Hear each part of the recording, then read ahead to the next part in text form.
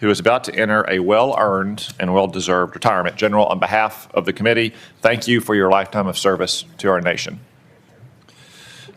I'd first like to take this opportunity to commend the thousands of men and women in our intelligence agencies whom our witnesses represent.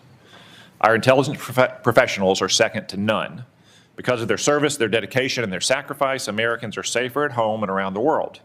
But because of the nature of their work, grateful Americans don't buy their lunch at restaurants or even have a chance to say thank you. So on their behalf, let me simply say thank you. I want to make two basic points this morning. First, the world is always a dangerous place, especially for America. But thanks to your agencies and President Trump's leadership, the world isn't quite as dangerous for Americans as it was a year ago. Thanks to the efforts of our military and intelligence personnel, including my fellow Arkansans who are now serving in the Middle East, the Iranian revolutionary regime that terrorized the world for 47 years is finally knocked on its back foot. Last summer, we devastated Iran's nuclear facilities. In recent weeks, we've eliminated Iran's top leadership, pummeled its military, sunk its navy, destroyed its missiles, neutered its proxies, and left its economy reeling. After 47 years of indecision and timidity, America has finally put our foot down. I'm also pleased to report that things have improved a lot in our own backyard now that Venezuela's illegitimate communist dictator, Nicolas Maduro, is rotting in a New York prison. Only the United States could execute a military and intelligence operation of this difficulty without a single American life lost. Our military is awesome, but these operations wouldn't have succeeded, and they probably wouldn't have even been tried without timely, accurate, and fact-based intelligence from your agencies. These successful operations are a testament to our intelligence professionals' ability to expose and uncover critical details about America's enemies. So let this be a warning to those who wish America harm. We leave no stone unturned, and there's no one or no thing close to you that might not betray you. Today's hearing is an opportunity for the American people to hear an unvarnished and unbiased account of the remaining threats we face, from communist China, North Korea, and Russia to the east to narco-terrorist cartels here at home. These threats truly do span the globe. And for my second point, your agencies have improved over the last year thanks to reforms that has gotten them back to basics. Of course, my 2 points are related. When our intelligence agencies return to their core mission, stealing the secrets of our adversaries to deliver timely and needful intelligence, America is safer for it. These efforts are already bearing fruit. For example, last year, the CIA increased its foreign intelligence reporting by 25%. This year, the CIA is on track to hire and deploy more officers than at any point in the last quarter century. While I'm greatly encouraged by the progress, more remains to be done. We must always equip our intelligence personnel with the tools they need to do their jobs well and execute their missions.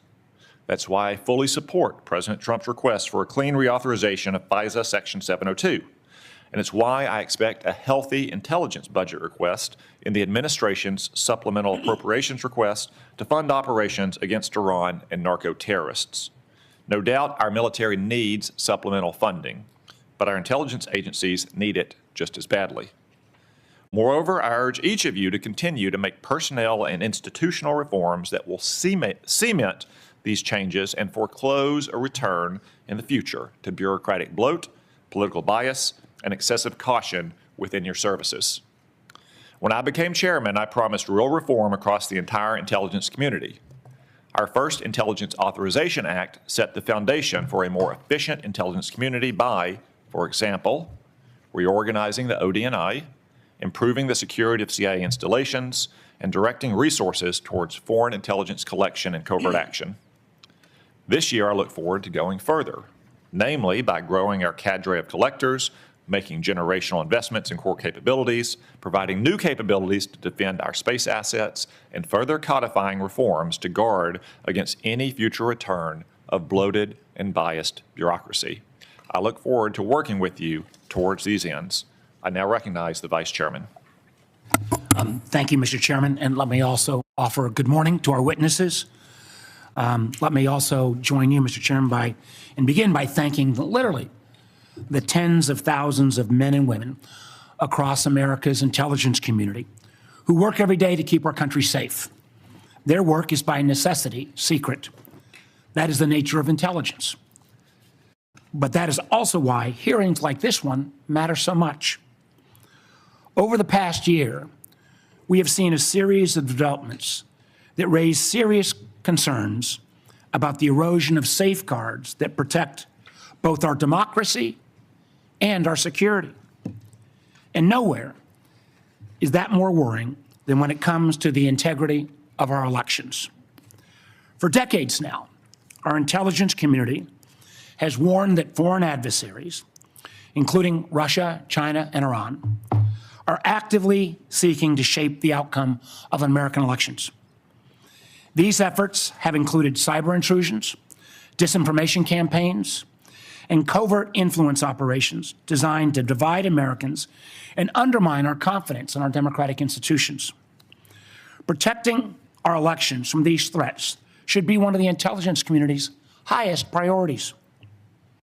The DNI is supposed to be coordinating intelligence on foreign election interference, warning the American people about adversaries seeking to undermine our democracy, ensuring that federal, state, and local officials have the information they need. Congress even required the creation of a foreign malign influence center inside the office of the DNI to coordinate the intelligence community's response to foreign election interference and ensure that these threats are properly shared across the government. That is the mission Congress assigned to the DNI. But while foreign adversaries are actively probing our democratic institutions, the DNI has eliminated the Foreign Malign Influence Center and does not have a designated official coordinating the response to election threats. And for months, the committee has repeatedly requested briefings from the IC, briefings that are required by law on legitimate foreign threats to the midterms. We have received no response. Now, that silence, I believe, should concern every member of the committee because it clearly demonstrates the DNI is not interested in protecting American democracy by combating foreign influence. Instead, unfortunately, we have seen the DNI involve herself in purely domestic matters. Last month, we saw Director Gabbard personally participate in a law enforcement raid to seize election ballots and voting machine records in Fulton County, Georgia.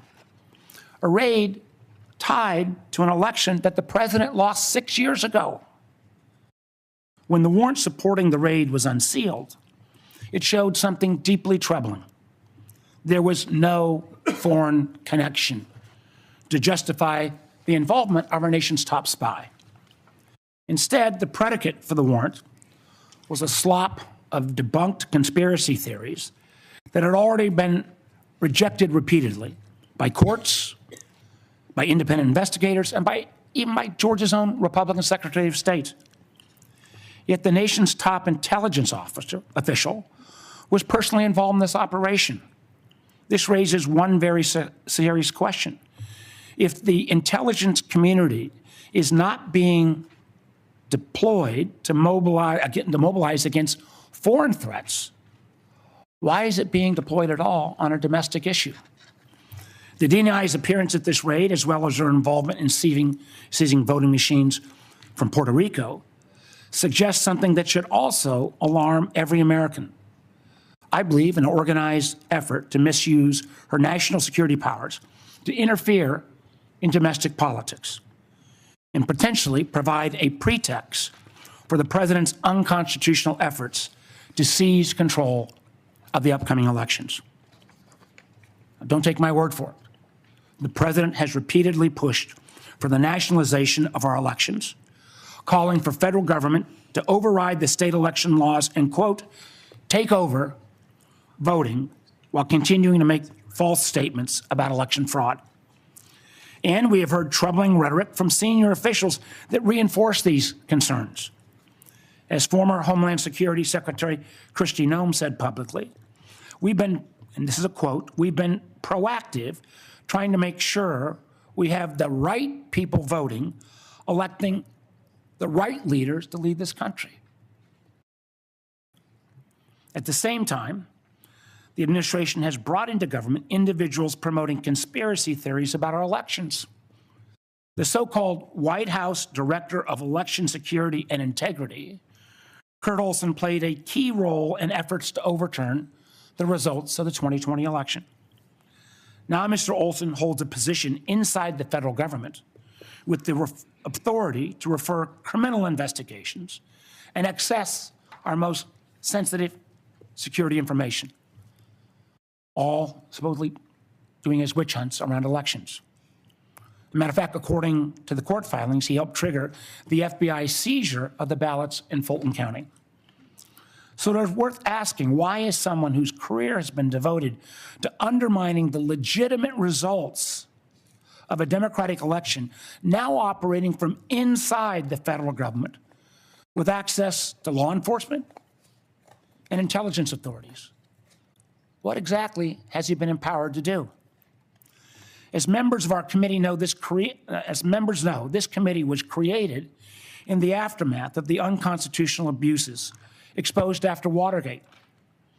The guardrails have been built around our intelligence and law enforcement agencies over the past several decades exist for a reason. Without them, America begins to look more like adversaries emphasized in this year's annual threat assessment: China, Russia, Iran, North Korea, and less like a democracy. Confronting these very clear and present threats to American security requires experienced professionals in intelligence agencies that are focused squarely on their mission. Instead, over the past year, we've seen actions that only serve to weaken them. Politically motivated purges at the FBI has resulted in the exodus of hundreds of agents and the reassignments of hundreds more from key national security areas like counterintelligence, counterterrorism, and cyber, and where they've been redeployed to? Immigration enforcement. In one troubling case, agents working on a task force focused on threats from Iran, clearly something that's pretty damn important right now, were dismissed because they had previously participated in the investigation of the president's mishandling of classified information. Elsewhere, the Bureau's budget is being slashed. Last year, it cut over $500 million, with the largest decreases from cyber, counterterrorism, and counterespionage. And the remaining scarce resources are being squandered on things like a $60 million jet for the director's personal travel so he can go golfing in Scotland or partying with athletes in Milan. In fact, according to a whistleblower account, those flights became so frequent they even delayed the Bureau's response to major incidents like the Charlie Kirk assassination or the shooting at Brown University. Credible reports also indicate that highly trained FBI agents from elite SWAT units have been reassigned to chauffeur his girlfriend, an unprecedented use of personnel whose training are actually intended for hunting violent criminals and neutralizing terrorists. Unfortunately, this dysfunction has not been limited to the FBI. Both the National Security Agency and the Defense Intelligence Agency, and this is no reflection on the two gentlemen sitting in front of us, were both left leaderless for months after the president fired their directors, one at the behest of a 9/11 conspiracy theorist, and the other for providing a fact-based assessment that contradicted the president's claims about obliterating Iran's nuclear program. Clearly, if the program had been truly obliterated, the president wouldn't be bombing again right now. And again, more than 1/3 of the personnel at CISA, created by Congress to protect critical infrastructure like power, water, and election systems, have been forced out. That seems like a real mistake as we still grapple with the intrusion called Typhoon and the recent Iranian cyber attack on Stryker. And we are now seeing in real time the cost to the State Department Thousands of American citizens were trapped in a literal war zone with little assistance from their own government. For a time, those calling the State Department hotline for assistance were greeted with a pre-recorded message that said, quote, "Please do not rely on the U.S. government for assisted departure or evacuation." This was a foreseeable security crisis. When you start a war of choice, when there was no imminent threat, you should be able to prepare to make sure you get Americans out of the war zone. That same attitude, pushing some of our closest friends into the arms of our most capable foes, has profound consequences. Two of our most significant allies, Canada and the UK, are currently working to sign trade deals with China because they no longer believe the United States is a dependable partner. That's a remarkable statement in 2026. And in the president's war of choice with Iran, a war that has already killed 13 service members, cost Americans, taxpayers, billions of dollars, and scrambled supply chains from oil to fertilizer to aluminum, nobody answered the call when the president asked our allies to help reopen the Strait of Hormuz. As the president's own counterterrorism chief acknowledged in his resignation yesterday, Iran posed no imminent threat to the United States. And unfortunately, our allies have been alienated and distracted by the administration's unilateral threats like invading Greenland, and the result is clear. Americans have been left more exposed in an already dangerous conflict. Now, what I just outlined is quite a list, and it's a partial one at that. Matter of fact, we've got a full list we'd like to share with all the press. So what does this all mean? It matters because I believe the warnings contained in this year's annual threat assessment. I believe our IC when they say the global security environment is becoming more complex and that armed conflict is becoming more global. And I also agree with the assessment when it says that to succeed, we must think prudently and prioritize our efforts. On the topic of the annual threat assessment, I want to close where I began by noting that since the first time since 2017, in the aftermath of Russia's intervention in our 2016 elections, the annual threat assessment includes nothing about adversary attempts to influence American elections. Now, I don't believe this omission means that the threat has disappeared. It means that the intelligence community is no longer being allowed to speak honestly about it. And it raises serious questions, and I will be asking about your priorities, Director Gabbard, in terms of what you're choosing to prioritize instead. Thank you, Mr. Chairman. I yield back. Before we go to the witnesses, now that we have a critical mass of members, I would simply like to remind members that we will handle questions as we did last year, seniority at the time of the gavel, and alternating between Democrats and Republicans. We'll have one round of questions, 7 minutes per round. I will not entertain questions after 7-minute time has expired. Furthermore, I expect to convene the closed session in our usual location promptly 30 minutes after the open session begins. Director Gabbard, the floor is yours. Thank you, Chairman Cotton, Vice Chair Warner, members of the committee, good morning. I'm here today to present the 2026 Annual Threat Assessment, joined by the directors of the CIA, FBI, DIA, and NSA. Before I continue, on behalf of the intelligence community, I want to extend our thanks to General Hartman for his 37 years of service in uniform and closing out his 37 years with tremendous leadership of the NSA. This briefing is being provided in accordance with ODNI's statutory responsibility. I'd like to remind those who are watching what I am briefing here today conveys the intelligence community's assessment of the threats facing U.S. citizens, our homeland, and our interests, not my personal views or opinions. In this assessment, we're following the structure of priorities that were laid out in the President's national security strategy, starting with threats to our homeland and then shifting to global risks. The defense of our homeland is of the utmost importance to the American people, and efforts by this administration have shown over the last year the results of bolstering homeland defense in the security of the American people. For example, the strict enforcement of U.S. policies at the U.S.-Mexico border and regionally have served as a deterrent, drastically reducing illegal immigration.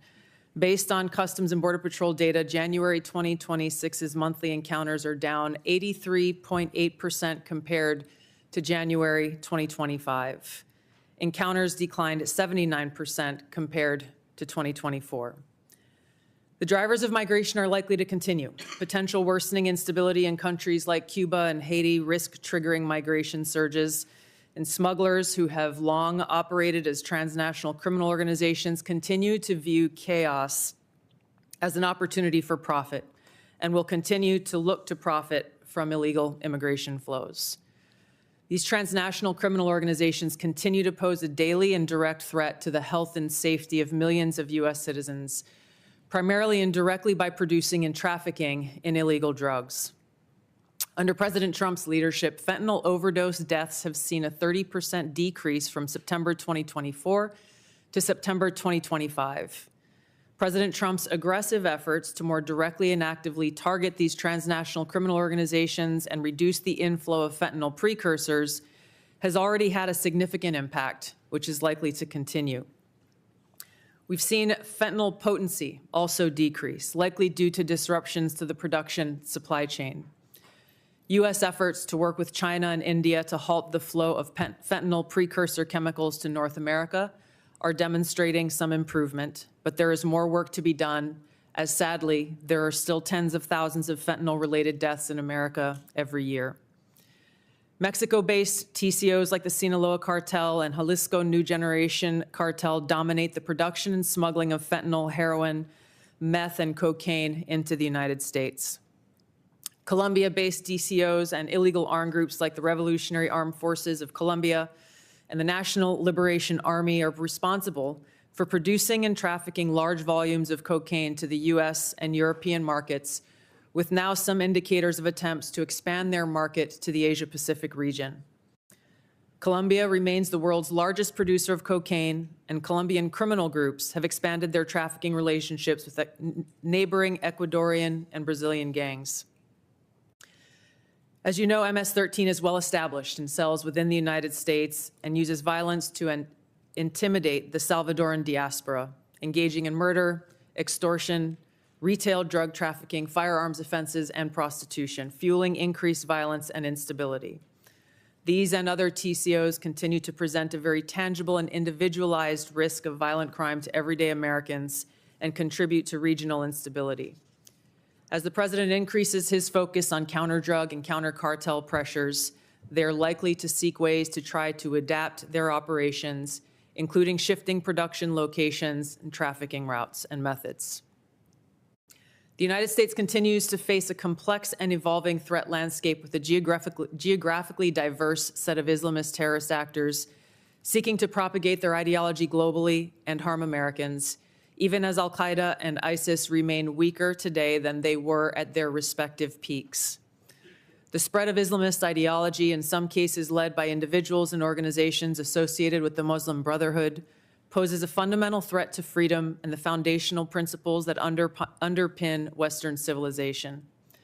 Islamist groups and individuals use this ideology for recruiting and financial support for terrorist groups and individuals around the world, and to advance their political objectives of establishing an Islamist caliphate which governs based on Sharia. There are increasing examples of this in various European countries, and President Trump's designation of certain Muslim Brotherhood chapters as foreign terrorist organizations is a mechanism to secure Americans against this threat. In response to setbacks to their capabilities of conducting large-scale complex attacks, Islamist terrorist groups have shifted toward focusing on executing information operations to spread propaganda and inspire or enable individuals located in or with access to the West. U.S. counterterrorism efforts, primarily in Iraq, Somalia, Yemen, and Syria in 2025, were instrumental in removing key terrorist leaders and operatives, degrading the ability of al-Qaeda and ISIS to quickly reconstitute its leadership, and plan large-scale attacks against the homeland and U.S. interests abroad. Strict U.S. border enforcement measures and increased deportations of individuals with suspected links to Islamist terrorists have reduced access to the homeland and removed some potential sources of future terrorist attacks. Since January, U.S. officials have only had a handful of encounters at our borders with individuals associated with terrorist groups. This is a positive trend. However, our interagency coordinated efforts to continue to identify, locate, and remove known or suspected terrorists who may already be in the United States continues with vigilance. In 2025, there were at least 3 Islamist terrorist attacks in the United States. Law enforcement disrupted at least 15 U.S.-based Islamist terrorist plotters. Roughly half of last year's disrupted plotters had some online contact with Islamist terrorists inspired by Islamist foreign terrorist organizations abroad. For example, in the recent attempt to attack a synagogue in Michigan, the shooter had familial ties to a Hezbollah leader. Al-Qaeda and ISIS pose the biggest threat to U.S. interests overseas in parts of Africa, the Middle East, and South Asia, where these groups operate. In the Middle East, AQAP in Yemen, ISIS-K in South Asia, and ISIS in Syria are among the most likely groups conducting external plotting. ISIS in Syria is likely seeking to rebuild its ranks, expand support networks, and solicit funds by re-engaging with and recruiting from the likely hundreds of ISIS detainees and thousands of ISIS-linked women and children who were either released or escaped from prisons and displaced person camps that were previously run by the Syrian Democratic Forces in northeast Syria. Meanwhile, state actors present a risk broader in scope by seeking new capabilities in kinetic and cyber warfare. The United States' secure nuclear deterrent continues to ensure safety in the homeland against strategic threats. However, the intelligence community assesses that Russia, China, North Korea, Iran, and Pakistan have been researching and developing an array of novel, advanced, or traditional missile delivery systems with nuclear and conventional payloads that put our homeland within range. The IC assesses that threats to the homeland will expand collectively to more than 16,000 missiles by 2035, from the current assessed figure of more than 3,000 missiles. The IC assesses that China and Russia are developing advanced delivery systems meant to be capable of penetrating or bypassing U.S. missile defenses.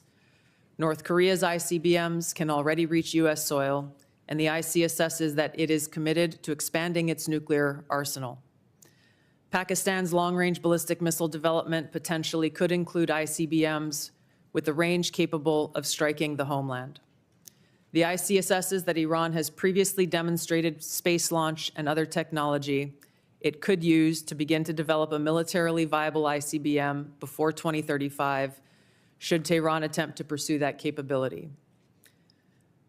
However, these assessments will clearly be updated as the full impact of Operation Epic Fury's devastating strikes on Iran's missile production facilities, stockpiles, and launch capabilities is determined. These nations collectively will likely seek to understand U.S. plans for advanced missile defense for the homeland, probably for the purpose of shaping their own missile development programs and assessing U.S. intentions regarding deterrence.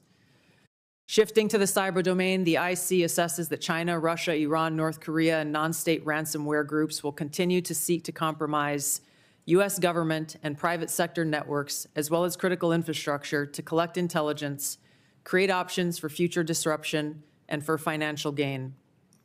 The IC assesses that China and Russia present the most persistent and active threats and are continuing their R&D efforts. North Korea's cyber program is sophisticated and agile. In 2025 alone, North Korea's cryptocurrency heist probably stole $2 billion, which the IC assesses is helping to fund the regime and include further development of its strategic weapons programs. Financially or ideologically motivated non-state actors are becoming more bold, with ransomware groups shifting to faster, high-volume attacks that are harder to identify and mitigate. Innovation in the field of artificial intelligence will likely accelerate these threats in the cyber domain. The IC assesses that it will increasingly shape cyber operations, with both cyber operators and defenders using these tools to improve their speed and effectiveness.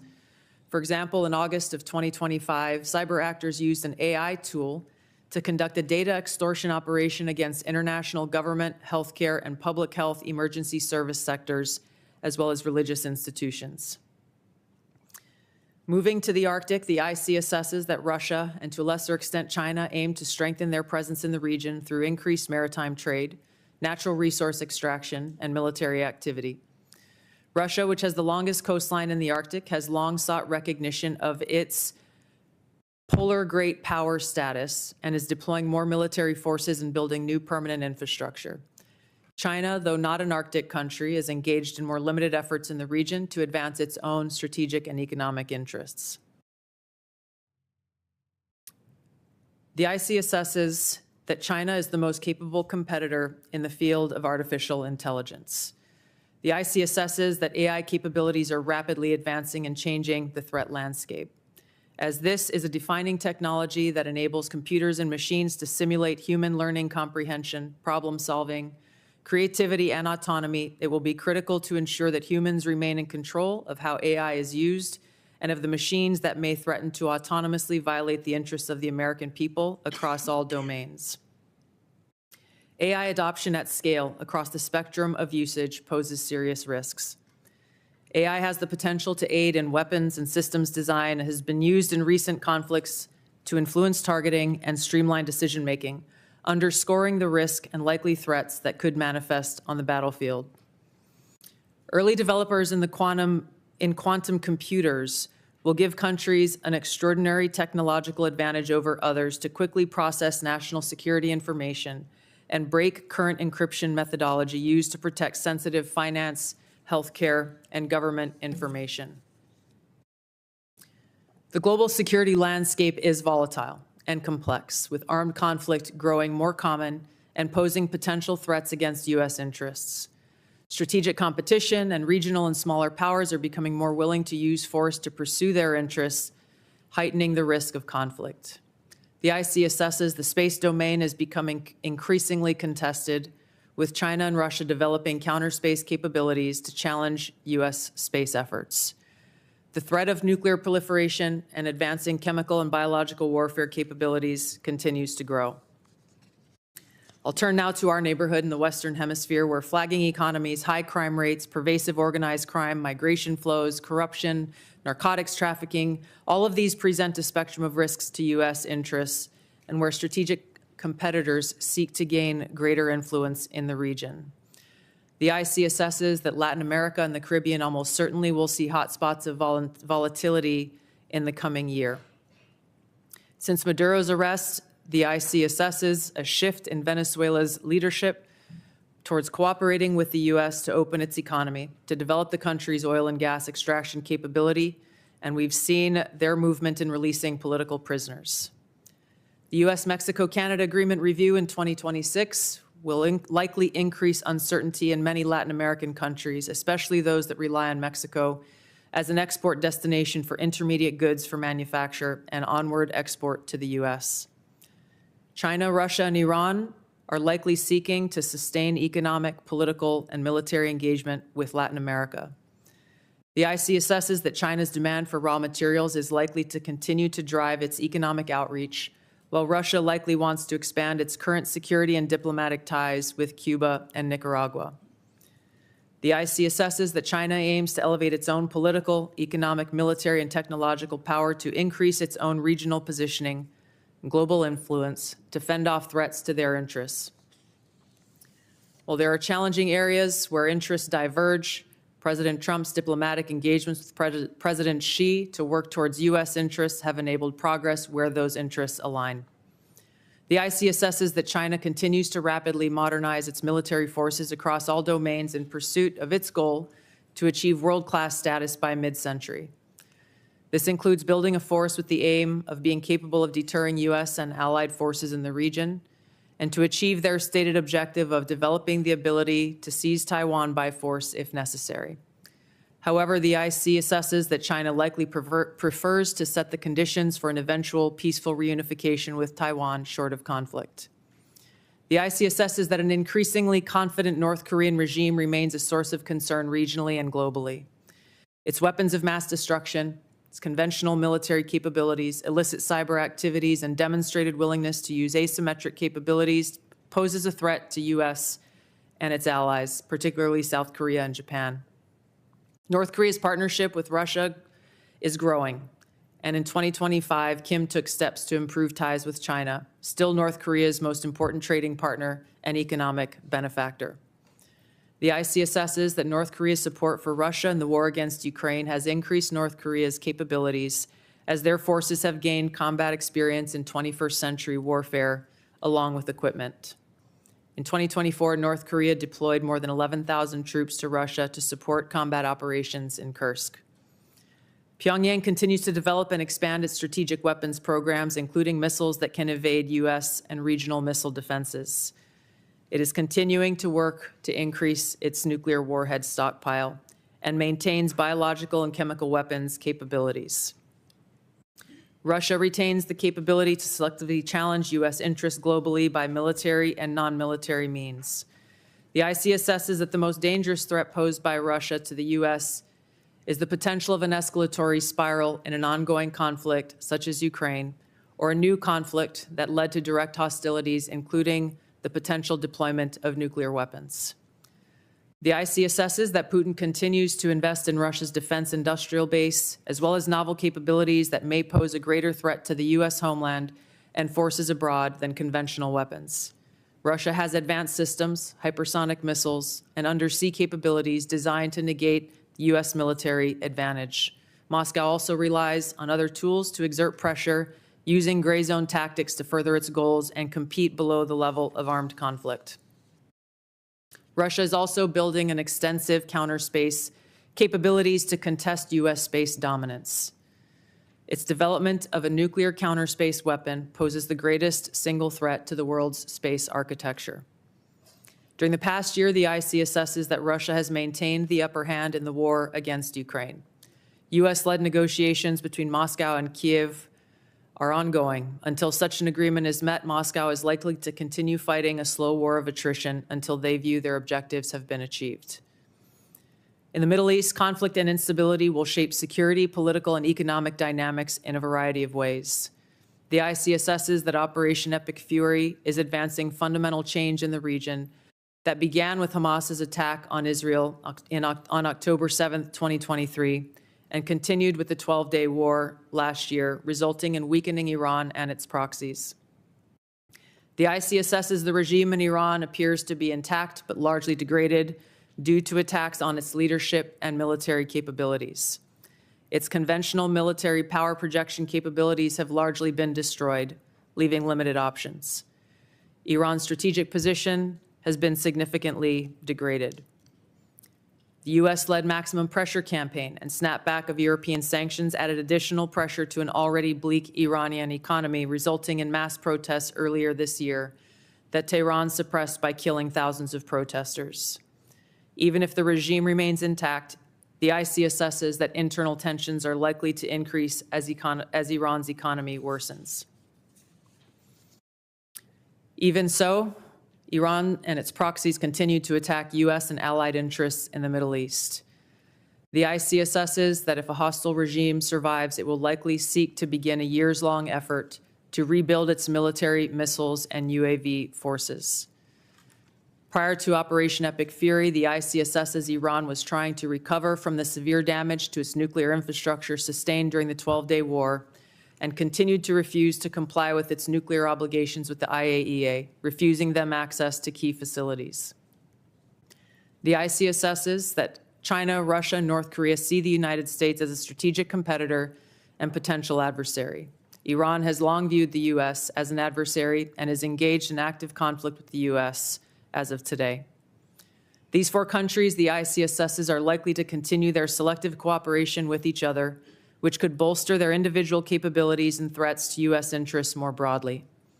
However, currently these relationships are primarily bilateral on selective issues and depend on broader circumstances, divergent sovereign interests, and in some cases, concerns over directly confronting the United States.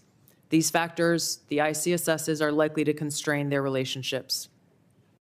Finally, conflicts on the continent of Africa are likely to persist through 2026 due to poor governance, economic demands, and external support. Tensions continue between Ethiopia and Eritrea, which could rapidly accelerate to conflict. Contentious national elections in Somalia could distract the federal government away from counterterrorism actions against al-Shabaab, which continues to conduct terror attacks while providing funding and propaganda support to other elements of al-Qaeda in Yemen. The civil war in Sudan continues even as external negotiations occur. ISIS in West Africa and the Sahel have increased the intensity of their attacks against local security forces, expanding their areas of operation and moving closer to cities with a U.S. presence. The IC assesses that African governments will likely use their wealth in critical minerals to seek partnerships that deliver them meaningful benefit. Concurrent conflicts and crises across the continent will continue to put U.S. citizens at risk and cause further instability. In closing, as leaders of the intelligence community, we remain committed to providing the President and policymakers with timely, unbiased, relevant intelligence to inform decision-making and to ensure the safety, security, and freedom of the American people. Thank you. Thank you, Director Gabbard. General Adams, Camden, Arkansas is the home of brand new production lines for the Israeli missile defense interceptors. Could you please explain how critical Arrow and Iron Dome systems being built in Camden are for not only Israel's defenses, but the defense of hundreds of thousands of American citizens and troops in the region? Chairman Cotton, thank you for that question. And I have to say that the Arrow system and the Iron Dome system are critical defensive systems that prevent adversary power projection from impacting the targets in the friendly areas in Israel. The Arrow system itself is the high altitude, primarily against MRBMs, and it's proven to be very, very effective against those systems.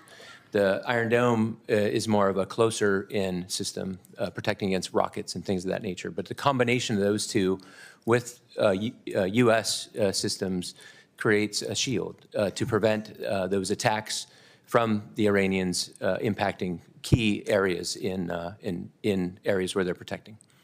Thank you, General Adams. I was recently in Camden with Secretary Hegseth as part of his Arsenal of Freedom tour, and they are great Arkansans who do great work to keep our nation safe. General Hartman, we've often spoken about our pressing need for more cybersecurity manpower and part-time formation, such as the Arkansas Air National Guard's 223rd Cyberspace Operations Squadron are a great way to grow the force. What recommendations do you have to grow these cyber protection teams and develop more capacity for local and national missions? Chairman Cotton, thanks for the question.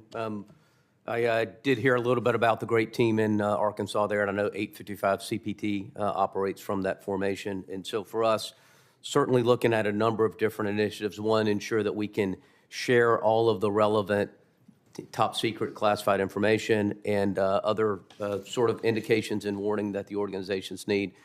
But I will tell you, I'm an advocate for an ability to establish some sort of joint reserve cyber organization, and so that at Cybercom we can ensure that those organizations have all of the advanced training that they need to ensure that those organizations have access to all of the intelligence that they need, and to ensure that we control some level of funding at both Cybercom and NSA that can be used to mobilize those personnel to handle the most difficult problems that we're faced with. And we have been working with Congress on some of that language and the department, and we appreciate it, sir. Thank you, General Hartman. As I said in my opening, we only have this one public hearing a year, even though the committee hears from each of you several times throughout the year in classified settings. So we don't often have a chance to tell the American people what great work their intelligence professionals are doing for them. So Director Ratcliffe, could you take the opportunity to maybe join in the excellent briefings that Secretary Hegseth and General Kane have provided on a regular basis over the last couple months on the military aspects of both the Maduro raid and Operation Epic Fury, to explain the CIA's contributions to those operations? Thank you, Senator. You know, last year when I was here in my confirmation, I promised you all, and you had all asked for, a more aggressive CIA, one that was focused on core mission. getting back to the business of stealing secrets, to be able to provide our policymakers with a decisive strategic advantage that would allow and advance and contribute to foreign policy and national security successes. To the credit of the CIA workforce, the CIA has delivered. Some of those successes have been very public. As you mentioned, Senator, Operation Midnight Hammer, Operation Absolute Resolve, flawless military operations like that are hostage to a flawless intelligence picture. And the CIA, as you know from classified briefings, contributed in myriad ways to the success of that. But what I would say to you is those successes are just emblematic of the phenomenal progress and success really by every measure, every metric, every standard across every national security space with regard to the work of the CIA. Senator, you mentioned some of it in your opening. The increase of our asset stable and our human sources up by 25%, our FI collection across the board, our foreign intelligence collection up by 25% overall, and in important categories like China, for instance, up 100%. In areas like tech and AI, up 45%. On the counter-narcotics front, our operations up by 70%. And with regard to counterterrorism, those are classified numbers that I'll share with you in the classified portion of this hearing, but they're off the charts good. The best way I can summarize it, Senator, is I had a 32-year veteran of the agency retire this year, and he said to me, I hate to go. I don't know if this is the best year that the CIA's ever had, but it's the best year I can ever remember. And I think that reflects the current morale of the CIA. It's a workforce that knows it's doing a great job. It knows that it's being allowed to do what they signed up to do, which is provide that decisive strategic advantage to our country for great successes that everyone can see. So I thank you for the opportunity to let me recognize the CIA workforce. Thank you. Director Ratcliffe, I want to address one specific threat from Iran, the threat of an intercontinental missile, which is really just the combination of two technologies, one thrust to get something into space and a reentry vehicle to get it back to Earth. Iran has always had a space launch program, which is flimsy cover for the first part of that intercontinental missile program. I haven't seen any Iranian astronauts in space lately. And second, they have medium-range ballistic missiles, which already have a reentry vehicle. So if you crudely married those two technologies together, I've heard some analysts say that Iran could have had a functioning intercontinental missile to threaten the United States in as few as 6 months. Would you agree with that assessment? Well, you're right to be concerned about Iran's development of longer-range ballistic missiles, Senator. If Iran were allowed to develop at the IRBM ranges, which is 3,000 kilometers, it would threaten most of Europe. And yes, as you mentioned, we know that Iran is gaining experience in these larger, more powerful booster technologies through its so-called space launch vehicle program. If left unimpeded, yes, Senator, they would have the ability to range missiles to the continental U.S. It's one of the reasons why degrading Iran's missile production capabilities that is taking place right now in Operation Epic Fury is so important to our national security. Thank you. Vice Chairman. Thank you, Mr. Chairman. Director Gabbard, the whole country knows that you were recently involved in an FBI operation to seize ballots in Fulton County, Georgia. Yet this was despite the fact that the warrant showed no foreign interference or nexus. Matter of fact, the warrant was based entirely on conspiracy theories that have already been examined and rejected repeatedly. Now, where is the authority for you to involve yourself in a domestic law enforcement activity? Thank you, Vice Chairman. I appreciate the question. As you know, I've addressed every issue you've raised in detail in a letter, but I'm grateful for the opportunity to do it in this forum. As you stated, Congress provided by statute, ODNI, with the responsibility of election security and counterintelligence in 2021. As you also know, ODNI has purview and Ma'am, oversight. I know the history very well, but could you just I am address addressing the where? question. ODNI also has purview and overview over two domestic-related agencies, the Department of Homeland Security and the FBI, both of which have purview over election security responsibilities to ensure the integrity of our elections. I want to correct one of your statements that you've made multiple times, which is false. I did not participate in a law enforcement activity, nor would I, because that does not exist within my authorities. You were present on the scene. Are the photos of you on the scene false? I was at Fulton County, sir, at the request of the president, and to work with the FBI to observe this action that had long been awaited. I was not aware of what was in the warrant or was not in the warrant. And what was the president's specific request for you to go to? What was the specific request that was made by the president for you to show up in Fulton County? To go and observe the FBI's activities on this issue. So why? When you look at the your question, sir. Do you have the answer why the president was knowing about this affidavit before it was even served? I'm not aware that the president knew about an affidavit before it was served. Then why was he sending you to Fulton County?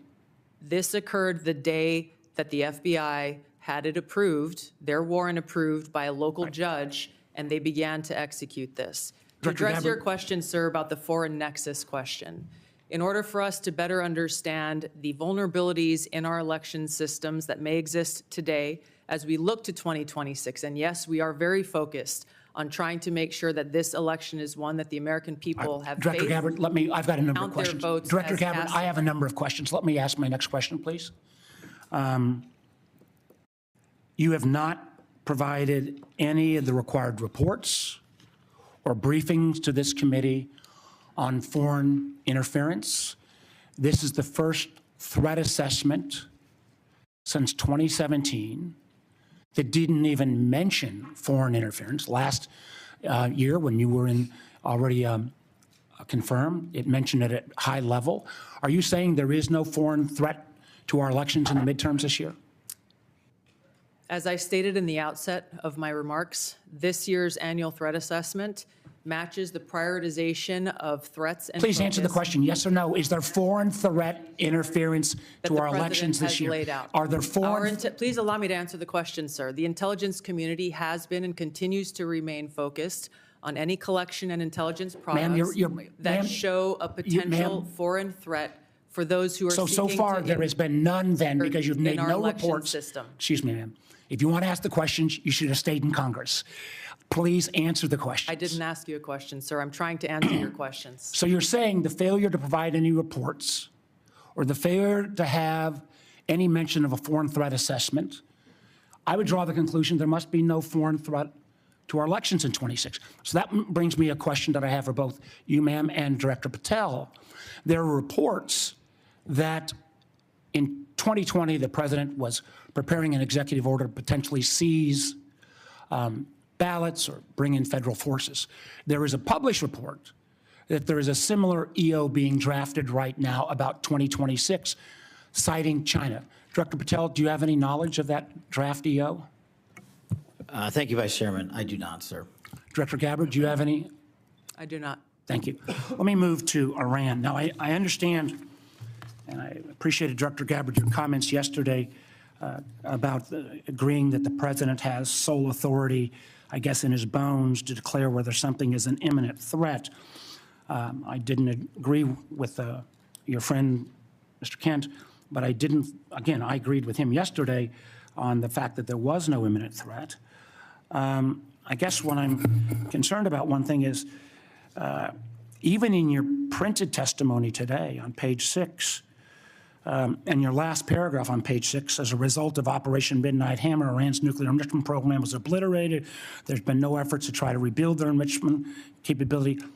You omitted that paragraph from your oral opening. Was that because the president had said there was an imminent threat 2 weeks? No, sir, I recognize that the time was running long, and I skipped through some of the portions so you chose to take of my oral delivered remarks. You chose to omit the parts that contradict the president. The president continues to say as well that he had no idea, was shocked that the Iranians had moved to take over the Strait of Hormuz. Did you provide any intelligence that would say that it would be, that it was not likely that the Iranians would try to move on the strait? I'm not aware of those remarks, and I think those of us here at the table can point to the fact that historically the Iranians have always threatened to leverage their control But over why the would the Strait president of say he was Hormuz. amazed? Or, I'm not aware of those remarks. What about the comments the president made that thought that he was surprised again, reports that Iran struck the adjacent Gulf states? Again, I'm not aware of those remarks. We have Well, been let me and ask you this. continue to Did provide did the you brief intelligence the president? Did you brief the president? decisions. Did you brief the president if he starts a war of choice, that the likely result would be that Iran would strike adjacent Gulf nations and close the Strait of Hormuz? Did you brief him on those two facts that I think have been consistently the assumptions of the intelligence community? I have not and won't divulge internal conversations. I will say that those of us within the intelligence community continue to provide the president with all of the best objective intelligence available to inform his decisions. Senator Collins. Thank you, Mr. Chairman. Director Gabbard, you just testified that ISIS and al-Qaeda are significantly weaker.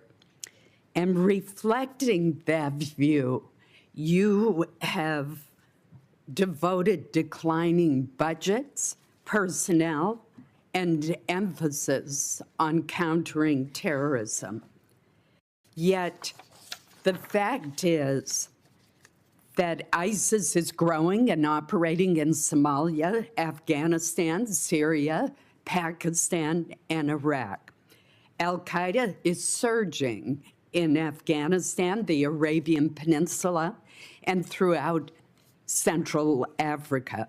The Houthis in Yemen and the rest of the Iranian proxies remain a serious threat.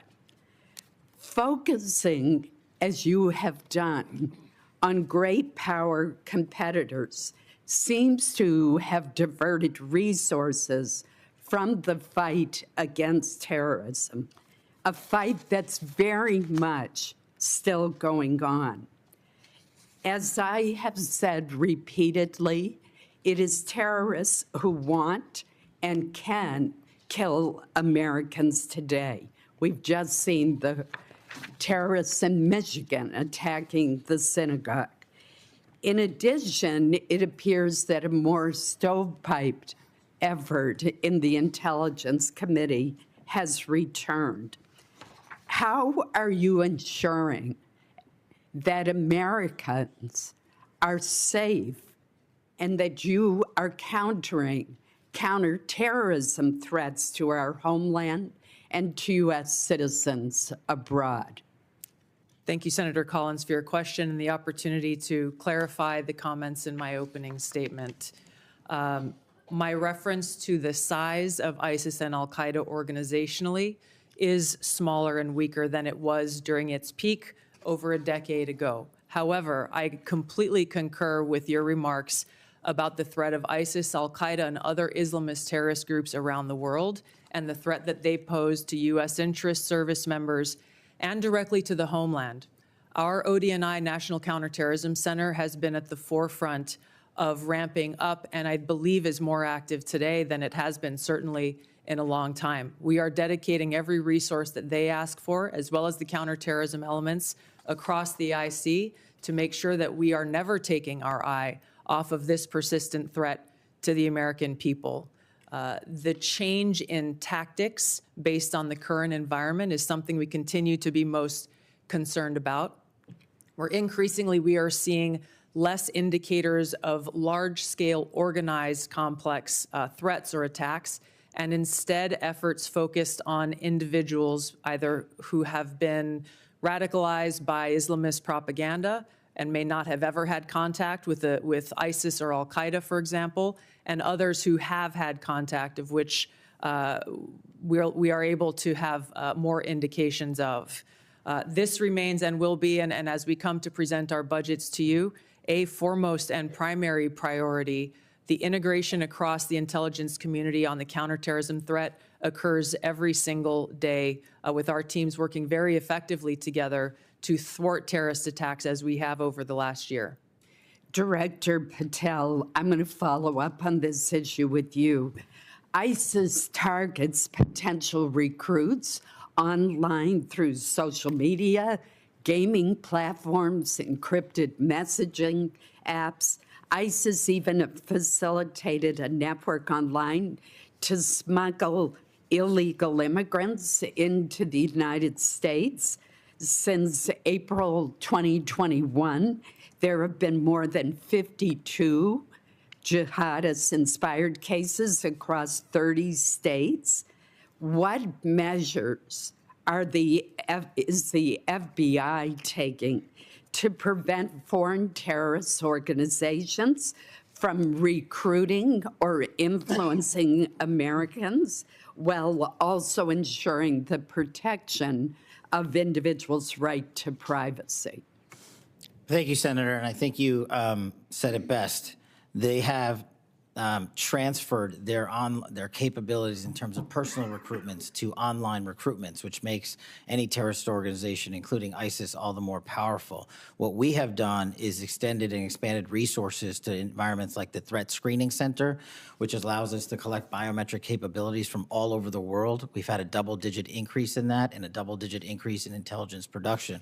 But what we've also done in the CT space specifically is expand the number of agents and intel analysts that go online and detect based on our biometric capabilities and intelligence that we have from the interagency.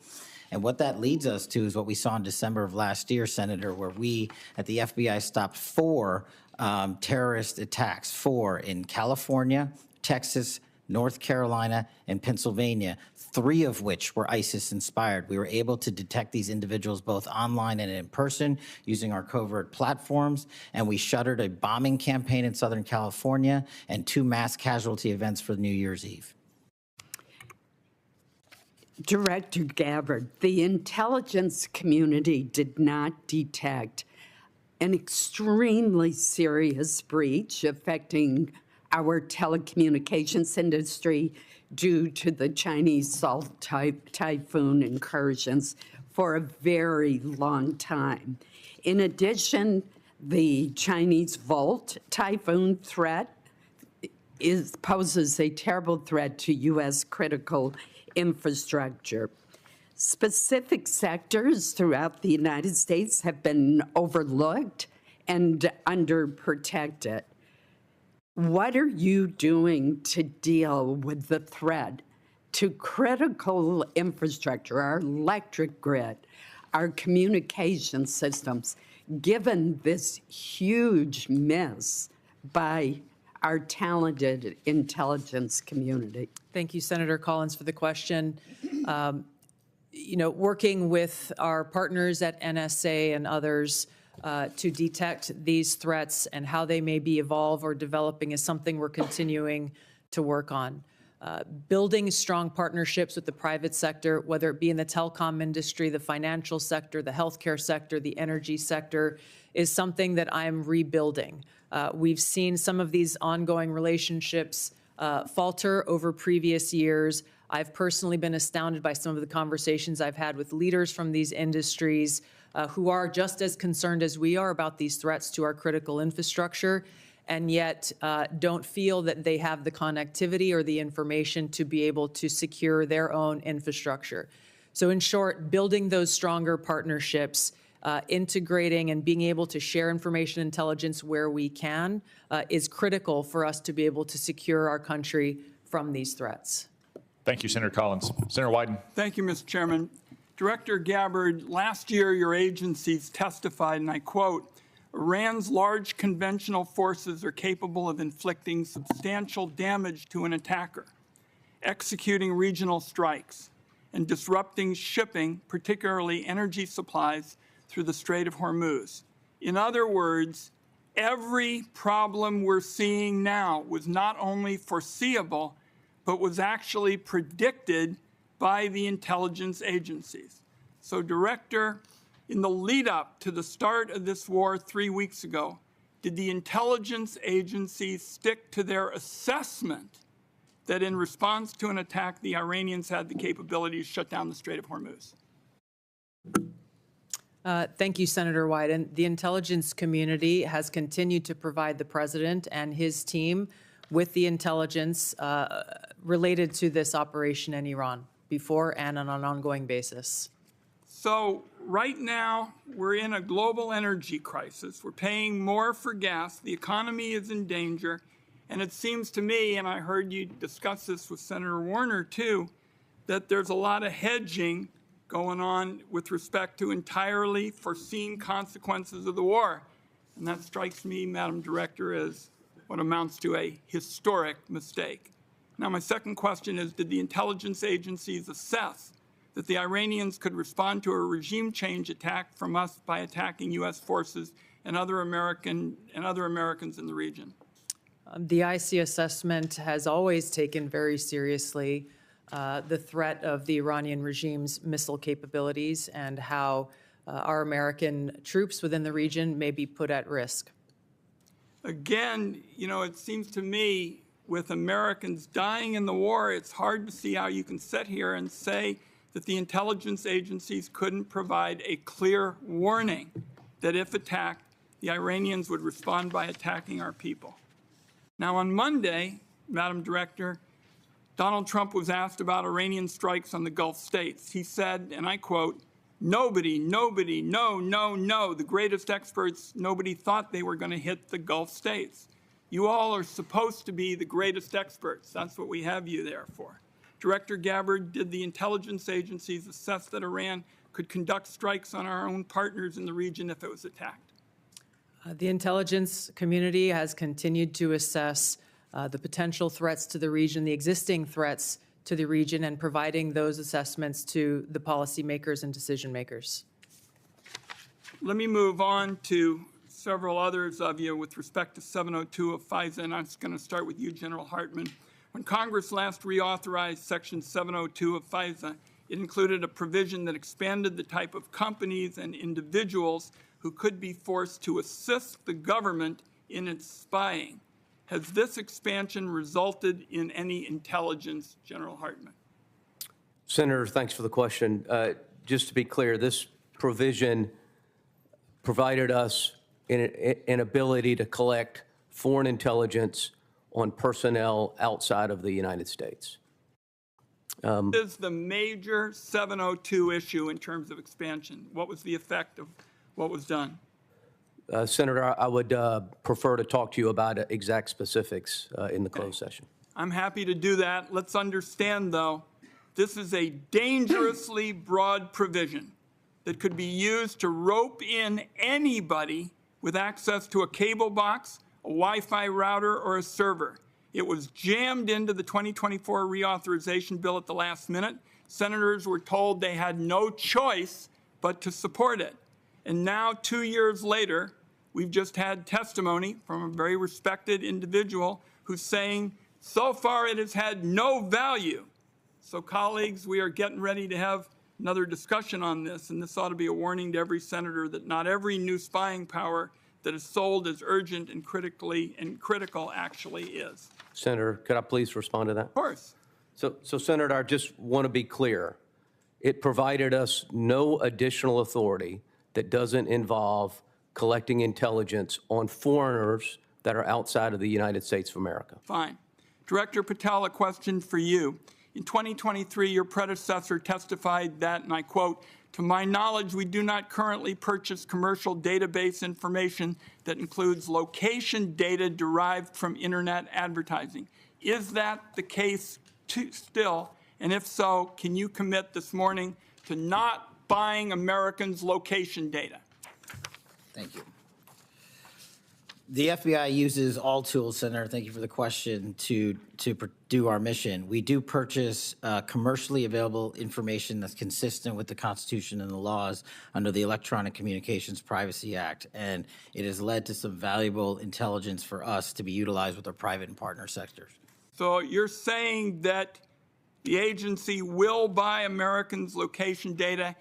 I believe that that's what you've said in kind of intelligence lingo, and I just want to say, as we start this debate, Doing that without a warrant is an outrageous end run around the Fourth Amendment. It's particularly dangerous given the use of artificial intelligence to comb through massive amounts of private information. This is Exhibit A for why Congress needs to pass our bipartisan, bicameral bill, the Government Surveillance Reform Act. I have time, I believe, for one more question. Director Patel, you 3 weeks ago indicated you were dissatisfied about having your phone records subpoenaed. Do you think the government ought to get a court order to collect phone records? Senator, in my experience, the government does get court orders to obtain phone records. One last question. General Adams, for you, in 2021, your agency confirmed that it had purchased and searched domestic location data. It is still your agency's position that you can buy Americans' location data without a warrant? And if so, are you still doing it? Senator, thanks for the question. With regards to commercially available information and publicly available information, the purchases that my agency makes is in alignment with the Constitution and protects U.S. persons' information. But you're buying location data, correct? I mean, we've now had that referred to twice, and I don't think there's any question that you're doing it. All of the purchasing of commercially available information by the agency is passed through legal channels and is in complete compliance with laws. Thank you, Mr. Chairman. General Hartman, I want to give you a chance to answer more specifically what Senator Wyden said. You did answer it indirectly. Does anything in Section 702 give the government the authority to target any American with a cable box or a Wi-Fi router? Chairman, nothing in 702 gives us the authority to target an American with a cable router or Wi-Fi device. Thank you. And I would observe about commercially available data that the keywords are commercially available. If any other person can buy it and the FBI can buy it and it helps them locate a depraved child molester or savage cartel leader, I would certainly hope the FBI is doing anything they can to keep Americans safe. It's not much different from longstanding Supreme Court precedent that, for instance, says law enforcement can go through trash that you put on the side of the curb because you no longer have a privacy interest in it. Senator Cornyn. Thank you all for your service to our country and the people you represent. We are in debt to all of you. I want to ask you, Director Ratcliffe, yesterday, the head of the National Counterterrorism Center resigned, saying that Iran did not represent an imminent threat to the United States. Is there anything to indicate that Iran had ceased in its nuclear ambitions or in its desire to continue to build ballistic missiles capable of threatening American troops and allies in the Middle East? Senator, no. In fact, the intelligence reflects the contrary. So you disagree with Mr. Kent? I do. I would think any fair-minded assessment of the situation, even based on open sources, would reflect the danger the regime poses to the United States. Isn't it true they've basically been at war with the West since 1979 during the Iranian Revolution and have American blood on their hands? That's absolutely correct. I think Iran has been a constant threat to the United States for an extended period of time and posed an immediate threat at this time. The threat assessment says that al-Qaeda and ISIS maintain the intent to launch operations targeting the U.S., but it's most likely to occur through U.S.-based lone offenders. I want to ask you, Director Patel, it seems like there's been a raft of incidents recently. On March the 1st in Austin, Texas, where I live, a lone gunman wearing a sweatshirt saying "Property of Allah," and who the T-shirt he wore underneath had an Iranian flag, killed 3 innocent people and injured 12 more. And then we know in Virginia, the Old Dominion shooting, somebody who unbelievably was sentenced to 11 years in federal prison for attempting to support ISIS, but then was released only to commit another terrorist attack. We all are familiar with what's happened in Michigan, in New York, And I applaud the important role that the FBI has played in stopping some terrorist attacks, but obviously the FBI can't be everywhere all the time. Would you please talk about your cooperation and collaboration with Homeland Security investigations in countering terrorist attacks against the United States? Thank you, Senator. Absolutely. It is essential that the FBI cooperates with the entire interagency. But as to your question about DHS specifically, what we have stood up around the country are 59 Homeland Security task forces in 59 separate locations. These are joint terrorism task forces? Essentially, the JTTF model was expanded. So the FBI owns 56 joint terrorism task forces in each of our field offices. On top of that, we have 59 HSTFs, which are co-led by the FBI and DHS. And what that allows us to do is things like we did down in New Orleans just over the holiday period, where we surged for a 6-week period of time, and where we dropped the murder rate by double-digit points, and also is the first time that Mardi Gras in its entire history had not one homicide. So when you bring the powers of the Homeland Security folks, DHS, and the FBI together, this is the purpose of it, to get after not just the terrorism threat, but the violence and the criminal activity in our cities. And that's why we're in 59 cities across the country, and it's working in places like Memphis and every other city we have it. Are you aware of the fact that Homeland Security investigation is a major directorate within Immigration and Customs Enforcement? Yes, sir. Yes, sir. And are you aware that Senate Democrats have uniformly voted not to fund the Department of Homeland Security, including Homeland Security investigations, TSA, FEMA, and other functions of the Department of Homeland Security? Senator, I'm aware that employees of DHS are 1 month without pay. They're not being paid, right? Yes, sir. And we were all seeing what's happening at airports, where people are having to wait hours at a time because of the fact that these TSA agents are overburdened. But what I wanted to focus on with you is the refusal to fund the functions of the Department of Homeland Security, including Homeland Security investigations, making Americans less safe? Absolutely.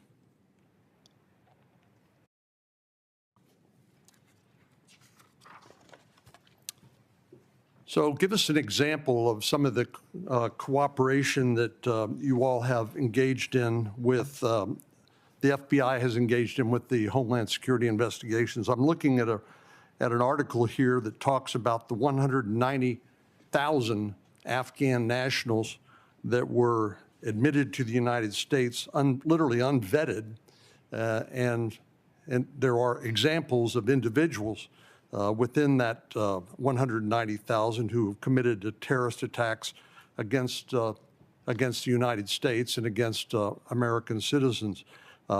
Is that the sort of thing that you are investigating with HSI? Senator, that's one of the many things we're investigating with HSI, DHS, CBP, ICE. Give me some other examples of the collaboration on what other topics, including in addition to terrorism attacks. What we're allowed to do with our DHS partners, Senator, is enable their massive workforce to supplement ours. And what they're allowed to do is share intelligence on things that you just talked about the 100,000+ illegals that came in from Afghanistan during the Afghanistan withdrawal. Unfortunately, they weren't vetted thoroughly. So what we're doing is going back with our DHS partners and vetting absolutely every single one of them to the best that we can. But unfortunately, we're not able to go out into the country and find every single one of these individuals. But we need more than 12,000 FBI agents to do that job, which is why we are utilizing the 100,000 or so 1811s at the Department of Homeland Security to give us the information they have from their immigration records, from their travel records, from their travel logs overseas and within the country. And what we're able to do is remove these individuals off the streets in every single state across the country, to include violent gang members, to include Tren de Aragua, to include ISIS-affiliated individuals, to include Al-Qaeda-related affiliated individuals. And hopefully we do it before and not after, like the tragedy that we witnessed in Washington, D.C., where an individual from Afghanistan was allowed to enter into our country and shot multiple members of our uniformed military service. Thank you. Senator King.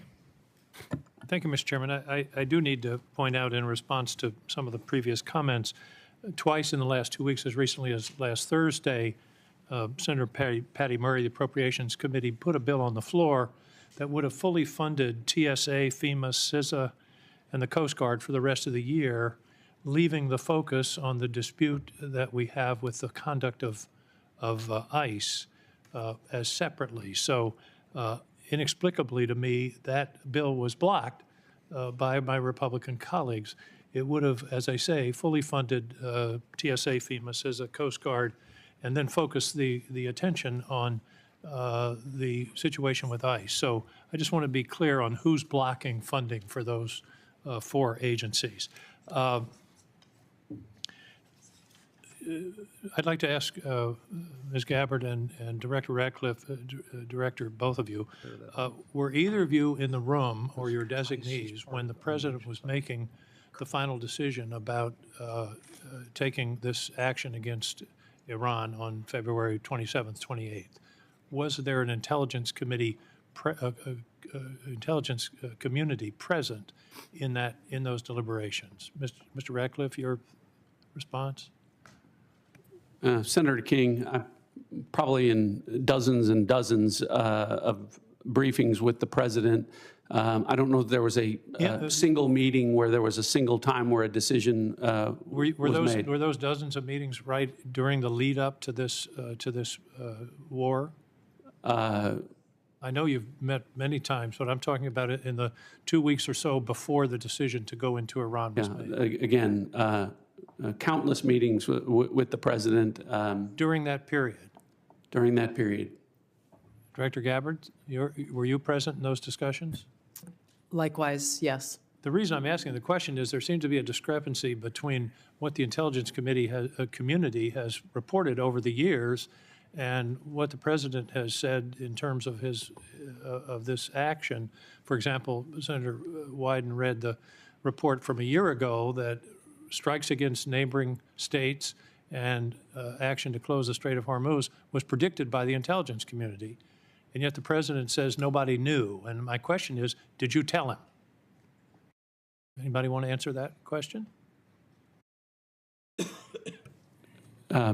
Senator, I'll answer the question. So with regard to briefings, the President gets briefings constantly about intelligence. Now, the comments that you talked about, I had not heard, but what I can tell you is that Iran had specific plans to hit U.S. interests in energy sites across the region, and that's why the Department of War and the Department of State took measures for force protection and personnel protection in advance of Operation Epic Fury. I think that's what's most important. Any predictions to the President about the Strait of Hormuz? All you got to do is look at a map, and you'll see that the vulnerability of the Strait of Hormuz. Was that part of the briefing, Director Gabbard? I think the Director Ratcliffe made the point here is that this has long been an assessment of the IC, that Iran would likely hold the Strait of Hormuz as leverage. And my question is, was that communicated to the President in the lead up to this action? And it's because of that longstanding assessment that the IC has continued to report that the Department of War took the preemptive planning measures that it did. Well, they've stated that they did not plan for the Strait of Hormuz. The President said, who knew that was going to happen? Anyway, let's move on. Does the President take a daily brief from the intelligence community? This is a yes or no question, I think. Yeah, the President, I would say, Senator, in my estimation, on average, I brief the President of the United States on intelligence probably on average 10 to 15 times a week, where I have conversations with him about specific, discrete issues. Sometimes there are dedicated sessions that last hours in length. Sometimes I'm briefing him on specific issues, sometimes 3 or 4 times a day.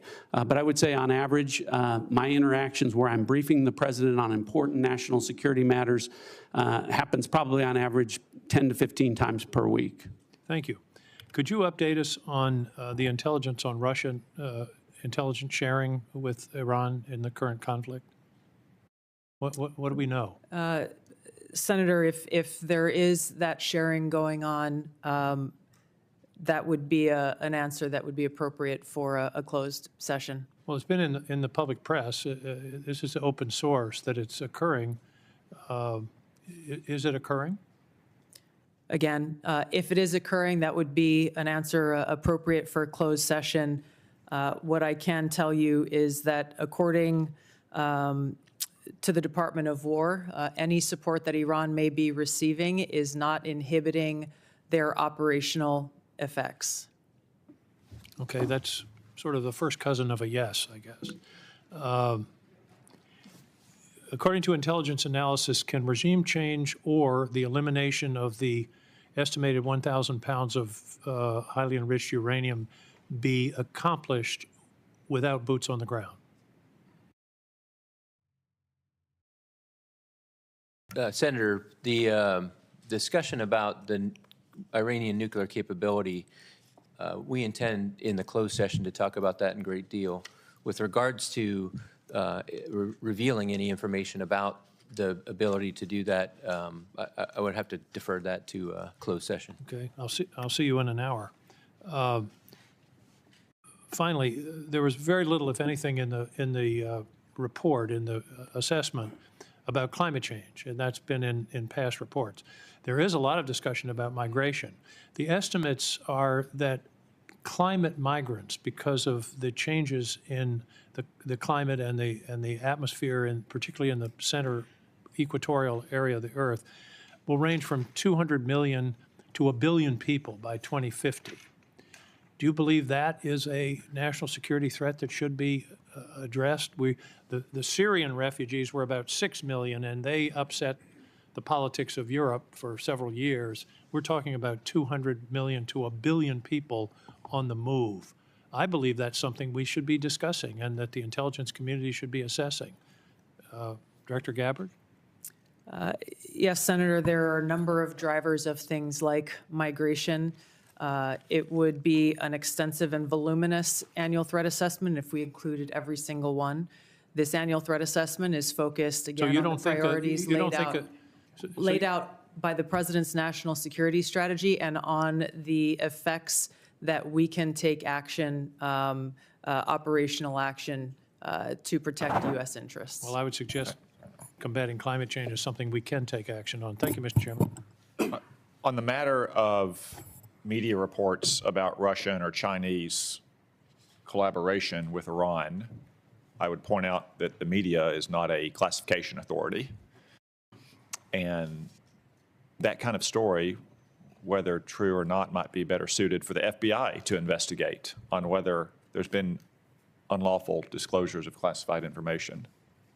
I would also say it sounds like something Russia and China would do. Communist Russia used to do it during the Cold War, and Communist China has always done stuff like that. On the Patty Murray legislation, not only would it have defunded ICE and CBP, it would have also defunded Homeland Security investigations, which do critical work on our streets to protect our communities from financial crimes, from predators, from transnational gangs as well. So while we would all like to see the TSA and the Coast Guard and other critical parts of Homeland Security as well, we do not want to defund the police, this time the immigration police. Senator Moran. Chairman, thank you. I believe that it's in the U.S.'s national interest, our security interest, for Ukraine to be successful in defeating the Russian invasion. I'm concerned with the consequences of Operation Epic Fury on that ability of Ukraine to succeed in defending its borders.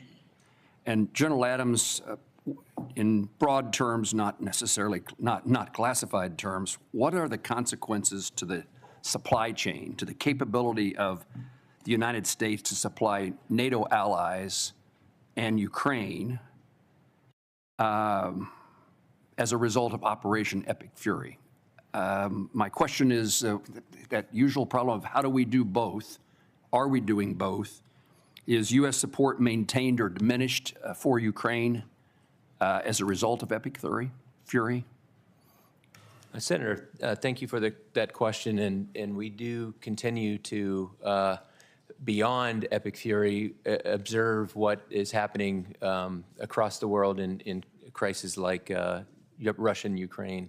Unfortunately for the situation there now, just based on the force composition and the delta between the Russian forces and the Ukrainian forces, the advantage is to the Russians.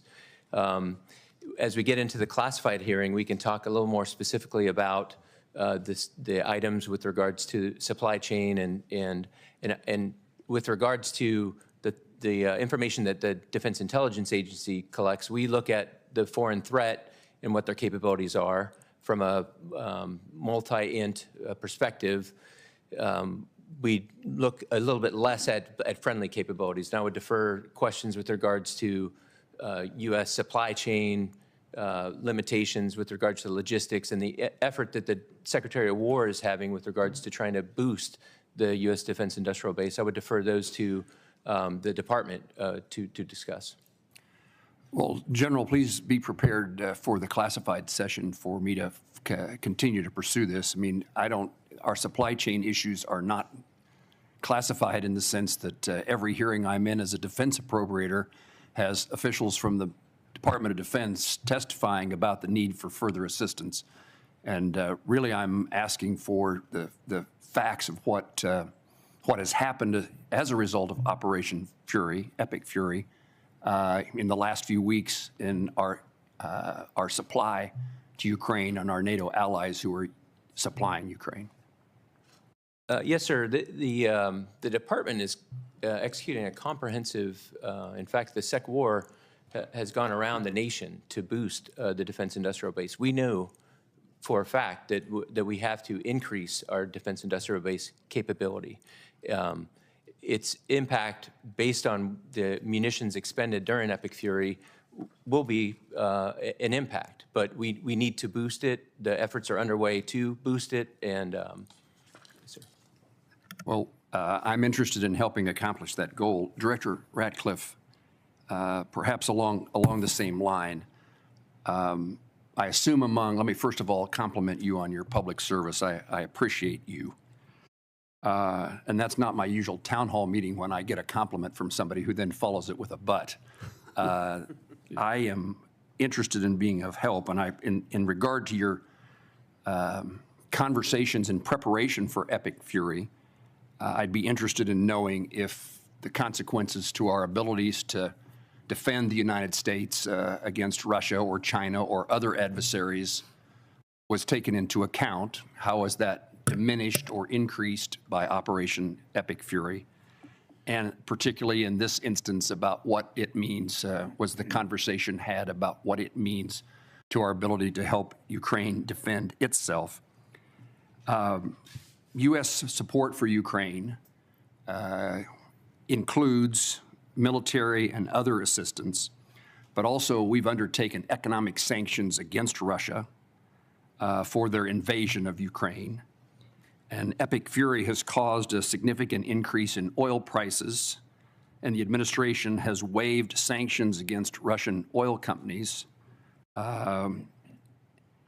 which are reported to say that Russia is receiving $150 million per day additional dollars as a result of the waiver.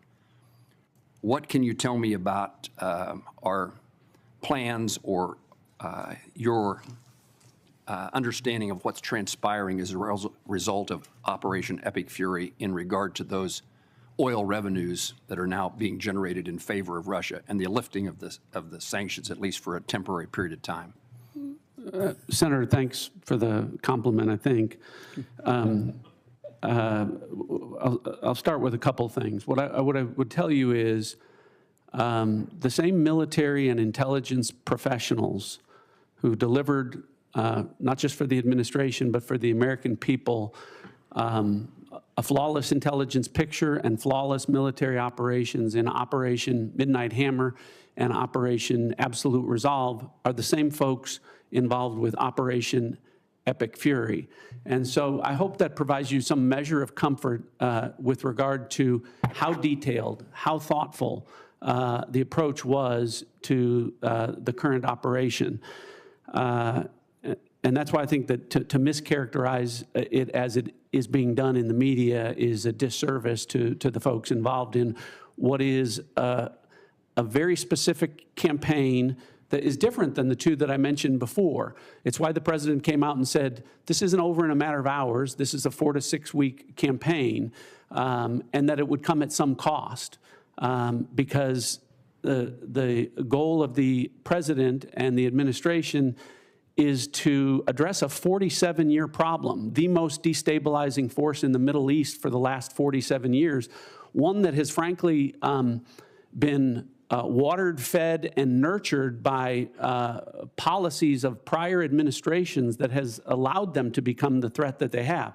So I say all of that sort of in context to understanding that we have to address that, but at the same time, to your point on what's going on with regard to Russia and Ukraine, and you mentioned the oil issue. Sometimes policymakers have to take steps that, while they may benefit adversaries like Russia or China, do so because they also think it will benefit U.S. citizens, in this case with respect to keeping the economy on track and keeping oil prices low. So what I can tell you is the intelligence is thoughtfully considered, and I think that policymakers have taken that and I'm confident that we can walk and chew gum at the same time, pursue objectives in the Middle East, and provide support with regard to the conflict in Russia and the Russian aggression in Ukraine. Senator Bennett. Thank you, Mr. Chairman. I appreciate that. Mr. Director Ratcliffe, you just described the specific campaign that the president is engaged in, the country's engaged in, with respect to Iran. I think the campaign has been one, in my view, without a specific rationale for the American people. 19 days into President Trump's unauthorized war with Iran, and by which I mean there has been no congressional approval, at least 13 American service members are dead and many others are injured. President Trump has offered no credible justification for an imminent threat, no clear goals, no strategy or timeline. His message keeps changing, I think, in really damaging ways. President Trump said Iran's nuclear facilities had been, quote, totally obliterated in June 2025. But when he launched this latest war, he said we need to eliminate the imminent nuclear threat of those totally obliterated nuclear facilities. President Trump has threatened to seize Iranian oil and demanded our allies reopen the Strait of Hormuz. He said that, I'm demanding that these countries come in and protect their own territory because it's their territory. It's the place from which they get their energy. By the way, he wasn't just asking for our allies to protect or to bail them out in the Straits of Hormuz. He was asking China to bail them out in the Straits of Hormuz. And then he said, maybe we shouldn't even be here at all because we don't need it. We have a lot of oil. And he said, we do not need the help of anyone. President Trump has declared we've won the war. We won it in the first hour. But then he said, we're not leaving until the job is finished. He said that there is practically nothing left to bomb, but then threatened to bomb Iran again, quote, just for fun. I think words that probably have never come out of a military leader in the history of the United States of America. It shouldn't come out of the mouth of a civilian leader. President Trump said he will end the war when I feel it in my bones.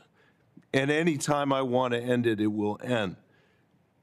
But, Director, the war is not ending. It is escalating with thousands of U.S. Marines reportedly sailing toward Iran on an unclear mission, a mission that's become less clear over days, not more clear.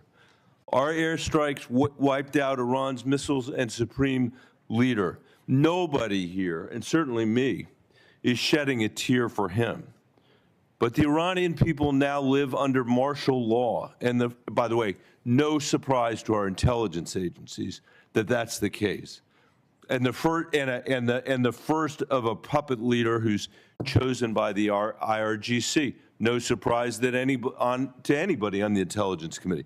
Iran closed the Strait of Hormuz and is holding the global economy hostage. No surprise to anybody who knows anything about U.S. intelligence, launching drones at our embassies and military bases. No surprise. The president is surprised.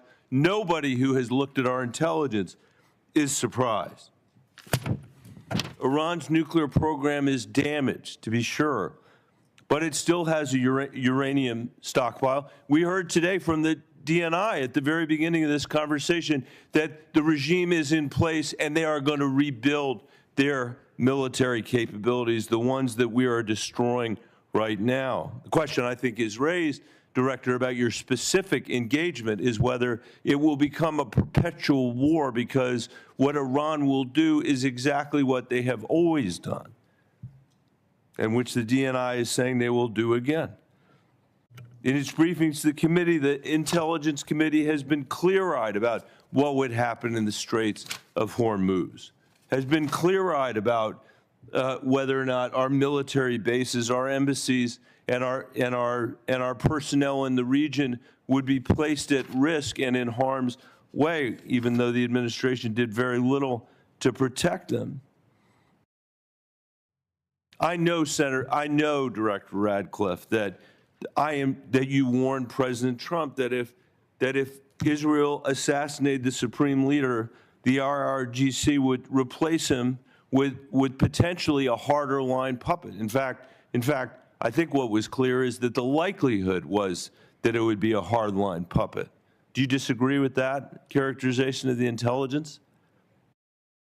To that specific question, what we knew was, first of all, I guess I have to address up front, so much of what you related in there, the difference between political rhetoric versus... Not political rhetoric. I'm quoting the President of the United States. Political rhetoric versus military... Director, I'll ask difference you between that and military and intelligence execution. But here's the most important thing. You mischaracterized this as saying there aren't clearly defined goals. The defined goals are very clear. Degrade and destroy the missile inventory and drone inventory, delay and degrade the military industrial base and factories that produce that, degrade and destroy the IRGC Navy that could control the Strait. These are all defined goals that were set out specifically. The premise of the question is that... time back, Mr. Chairman. I can't get a word in edgewise. He won't answer the question, and then he's taken a minute of my time.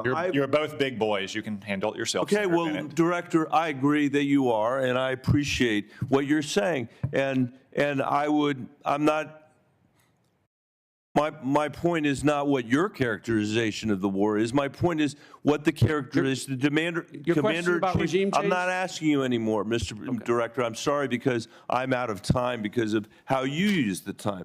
The complete lack of clarity should matter to everybody. President Trump, most of all, he is the person that got elected on the criticism that we had fought 2 wars in the Middle East that had lasted for 20 years. And now we're hearing the testimony is to get their ballistic missiles, to not even get to the nuclear stuff, we're going to have to be in a perpetual war with Iran. And I don't think that's where the American people are on this. This is a serious threat. This is a serious threat to us and to Israel. The question is how to handle it. And President Trump said, we are not the policemen of the world. He ran on that. And now he's turned us into the world's policeman, into its jury, into its judge, into its executioner. And just because we have the most advanced military in the world, it doesn't mean that we should be in a perpetual war all around the world. Thank you, Mr. Chairman. Senator Rounds. Thank you, Mr. Chairman. I'd like to maybe follow up a little bit this same line of questioning, but I want to do it in a little bit different manner. I've had the opportunity, like all of the other members on this committee, to see the threats that we discuss regularly in the classified settings. I also, sitting on the Armed Services Committee, have the opportunity to see what our capabilities are and what we have to do in order to respond to those threats. Director Ratcliffe, let me just begin. I think it's been very clear from the beginning that even though there were supposedly diplomatic activities going on, behind the scenes it was very clear, and I just ask if you would disagree or agree with me on this, it was very clear that Iran, while they were talking, they had no intentions of following through diplomatically with eliminating any of their nuclear aspirations, correct? Senator, that's correct, and in the classified session, we can go into detail, but you've characterized it right. Diplomatically, they were saying one thing. The intelligence was reflecting quite the contrary. Okay. Second of all, with regard to the capabilities, earlier in the 12-day war, a lot of their defensive capabilities had been taken out. Their air defenses had been taken out. The use of our aircraft in that area was safer because those defensive capabilities, most of them had been significantly reduced, meaning our young men and women who are flying those aircraft were safer. Is it fair to say that they were rebuilding their defensive capabilities as well at that time? Yes. So I'll just comment on that. So much is being made. Any characterization that Operation Midnight Hammer was anything but a wild success is wildly inaccurate. As a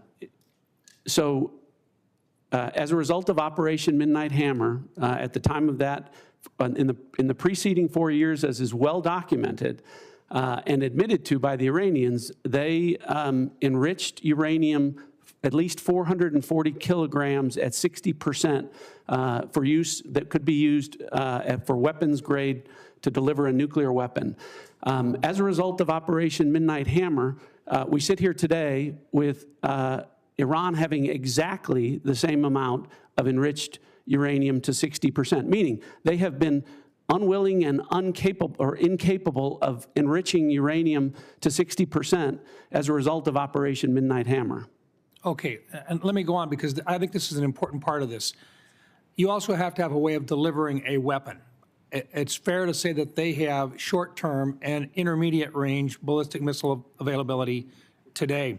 Were they building additional short-range and mid-range ballistic missiles? Yes. Were they continuing to develop them? Continuing to develop them, and at rates that were alarming. And what about our ability to respond to those? We have very good defensive capabilities, but it takes time for us to build our defensive capabilities.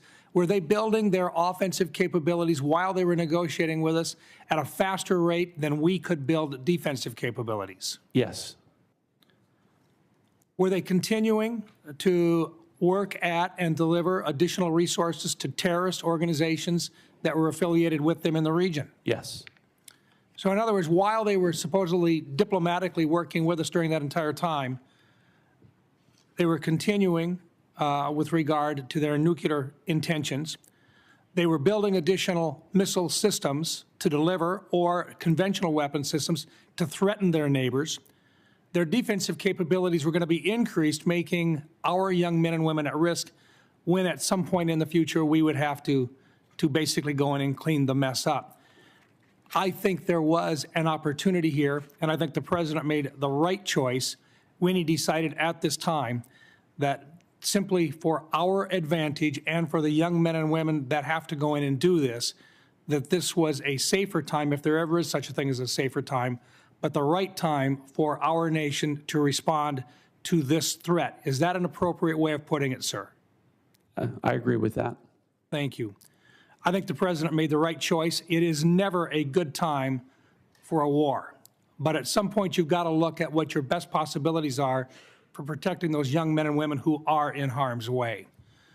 Let me move on for just a minute. Director Ratcliffe, let me just ask you this, because there's been a discussion, and we've never been able to talk about this in an unclassified setting, and I recognize it's sensitive, but 60 Minutes, there's been a report about Havana syndrome and about individuals who are within the agency and within state departments that have actually had significant illnesses, some attributed, they believe, to outside sources. I don't think we have been able to, in an unclassified setting, at least acknowledge that we take these issues seriously. Is there anything you can share in this unclassified setting to assure the people of the State Department and your agency that this is not something which is being ignored? Thanks for the question. I can. I appreciate the the opportunity to address that. Yes, we have to be careful about what we can say, and we can go into further detail in the classified session. But this is something that when I became the director, as you're aware, Senator, there are disparate opinions across the IC about what the cause of these AHIs may or may not be. Otherwise known as Havana syndrome. Well, Havana syndrome, yeah, or AHI. And the question of whether or not they could be the result of a directed energy weapon from a foreign adversary. So when you, having been the DNI, understanding the role of the DNI is to coordinate across the IC when there are disparate opinions among agencies. Director Gabbard and I had a conversation where she agreed that she would undertake a comprehensive review of that issue across the IC to make sure that it is getting the attention that it deserves. And I know that she has undertaken that and will be able to brief you in further detail in the classified session. Thank you. And one last thought, this is only a comment, but to General Hartman, your time in service has been very, very special. Working with you on the Cyber Security Subcommittee of the Armed Services Committee, I commend you for everything you have done. You are truly a hero, and you have served your country very, very well. Thank you for your service. Thank you, Senator. Thank you, Mr. Chairman. Senator Kelly. Thank you, Mr. Chairman, and thank you for being here today to all of our witnesses. So for more than a decade, the United States has tried to make a pivot to Asia in its national defense strategy in order to confront significant threats from China. For years, administrations of both parties have identified China as the top threat facing our country and worked to build relationships across Asia and deter Chinese aggression. At the same time, we have bolstered our European allies and asked them to contribute more to their defense to deter Russia. Directors Gabbard and Ratcliffe, would you agree that China and Russia are our primary geopolitical rivals? Director Gabbard. Yes, they are our primary strategic competitors. Thank you. Director Ratcliffe? I would agree with that, although I don't think they're equal in terms of the threats that they pose. Thank you. So that brings us to the war with Iran. So this has created one of the largest ever supply shocks to the global oil supply, which has sent gas prices skyrocketing for Americans. But not everybody is losing. Directors Gabbard and Ratcliffe, is it accurate that Russia has gained billions of dollars in additional oil revenue due to price spikes as a result of the war and loosened sanctions? Director Gabbard. That is what has been reported. I'd defer to the Director of Secretary of Treasury and Energy on that front for details. Director Ratcliffe. Yeah, I'm not an economist, not going to try and do those calculations. But as I talked about earlier, sometimes there are decisions made that will benefit adversaries at the same time policymakers think that it will benefit the American people. It's clear, I think we'd all agree that sanctions were loosened, and that means more money into the coffers of Vladimir Putin. Would you agree that if he has more funding, he is likely to put that to his war effort against Ukraine? Director Gabbard. I would defer to an actual intelligence assessment on what they would believe his intentions are. Director Ratcliffe? Yeah, I wouldn't speculate on that. Wouldn't speculate? Okay. Okay. And is it accurate that China is continuing to receive preferential oil flows from Iran despite the conflict as Iran allows its own tankers to transit the strait? Director Gabbard? I'm going to go back and forth between the two of you. There has been some reporting of China, India, and other countries being able to move their tankers through the strait. However, it is unclear the volume or the measure of that. Okay, so it sounds like it's accurate. Thank you. I'm going to move on. Director Gabbard, you tweeted yesterday that President Trump concluded there was an imminent threat and made a decision to attack Iran after carefully reviewing all of the information before him. I think the country deserves to know what the information was. I'm going to ask a series of questions and just want a yes or no. We don't need any explanation, just yes or no starting with, were you asked, I'm not asking if you did brief this, were you asked to brief on whether Iran would close the Strait of Hormuz? I'm not going to comment on what the president did or didn't ask me on any topic. I'm not asking if you briefed it. I'm just asking if there was a request I understand by the White House. Director Ratcliffe, were you asked to brief on whether Iran would close the Strait of Hormuz? The briefings to the president of the White House typically don't come at the request of the White House. So typically when we get intelligence that we want the president to be aware of, the intelligence community brings that to the president. Did you produce the analysis for the Straits of Hormuz? There has been and continues to be analysis with respect to that. Were you asked to brief on how our adversaries and allies would respond to the war in Iran? I imagine I'll get the same answer. So it's just to point out here, it's challenging to forget about actually what was in the brief for a second.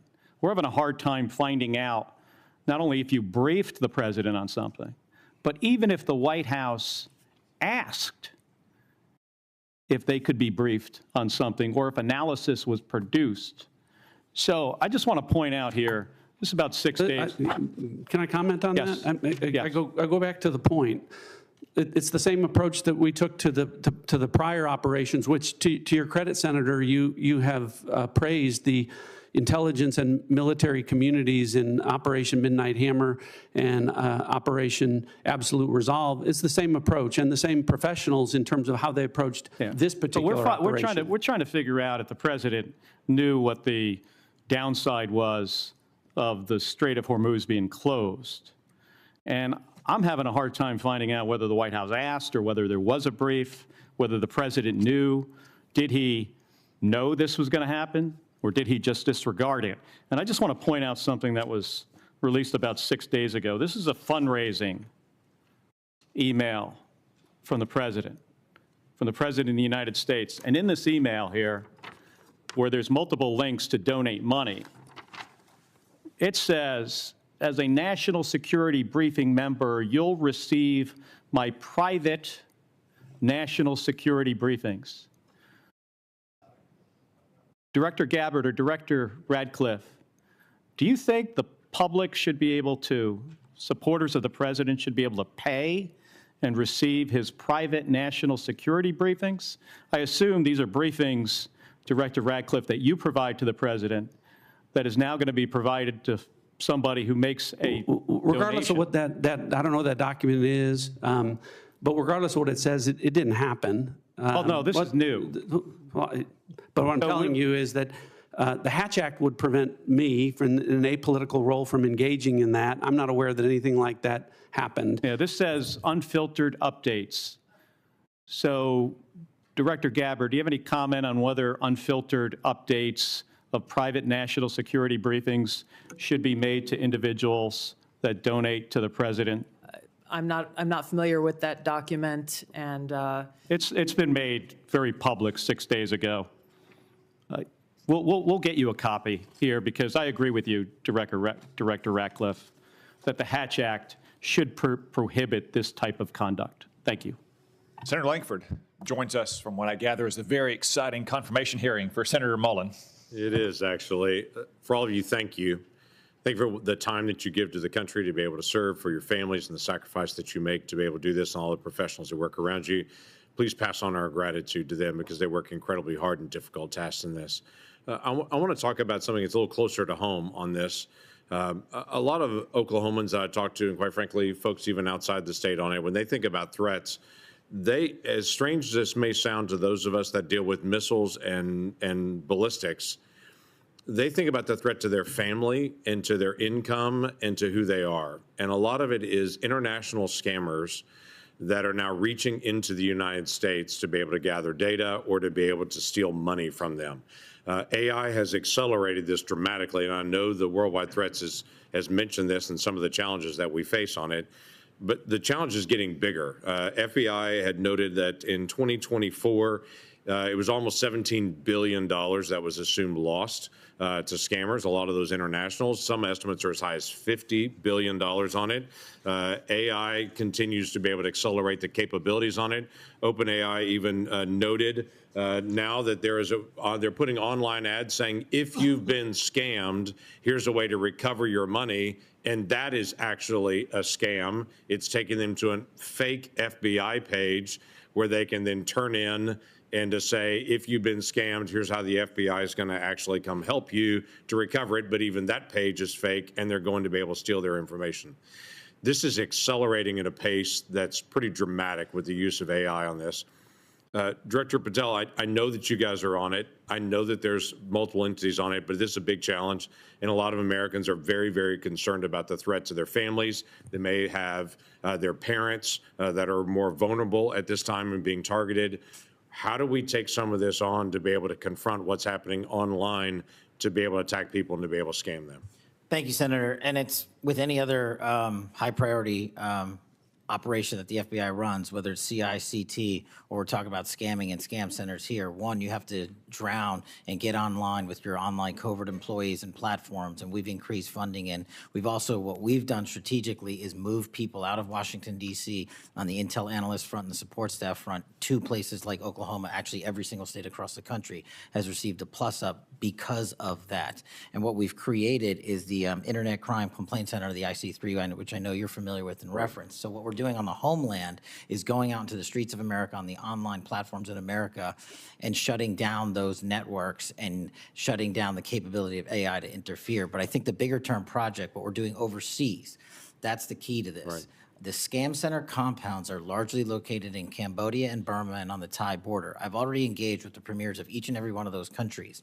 We've done so to switch off access to the internet with those governments to make sure that those compounds, they're literal compounds that are being built, and we can get into that in the classified center, that are fleecing Americans and senior citizens all the way from Southeast Asia because they are backed by the CCP to build those compounds because they know it's going to hurt everyday Americans. So us, which we have successfully already eliminated and scuttled, numerous compounds in Cambodia and Burma and Thailand, is the big picture, the big part of the lift overseas. What we're going to do is go into those countries and shut down every single scam center compound. Which is very helpful, and every American is thinking about this and talking about it. Director Patel, I'm going to stay with you. The counter-narcotics work has been phenomenal in the past year and a half. The amount of methamphetamine and fentanyl that have been seized coming across our border has been dramatic, and that has a real effect to what's actually coming at families in my state on it. What I'm interested in is, how are you partnering with local law enforcement to continue to accelerate this process? What does that look like for FBI? Absolutely, Senator. The counter-narcotic mission can't be complete without state and local law enforcement. So we are embedding more task force officers across the country on the specific counter-narcotics mission. We've also stood up with our interagency partners in Tucson, Arizona, the Southern Border Intelligence Center, specifically on the counter-narcotic mission, so that we can utilize the Department of War and interagency capabilities on the law enforcement front. That's why we seized enough fentanyl in 2025 to kill 178 million Americans. That's a 31% increase year over year. And here's a statistic that everybody should be proud of. Opioid overdose deaths from last year dropped 20 points. 20 points from across the country.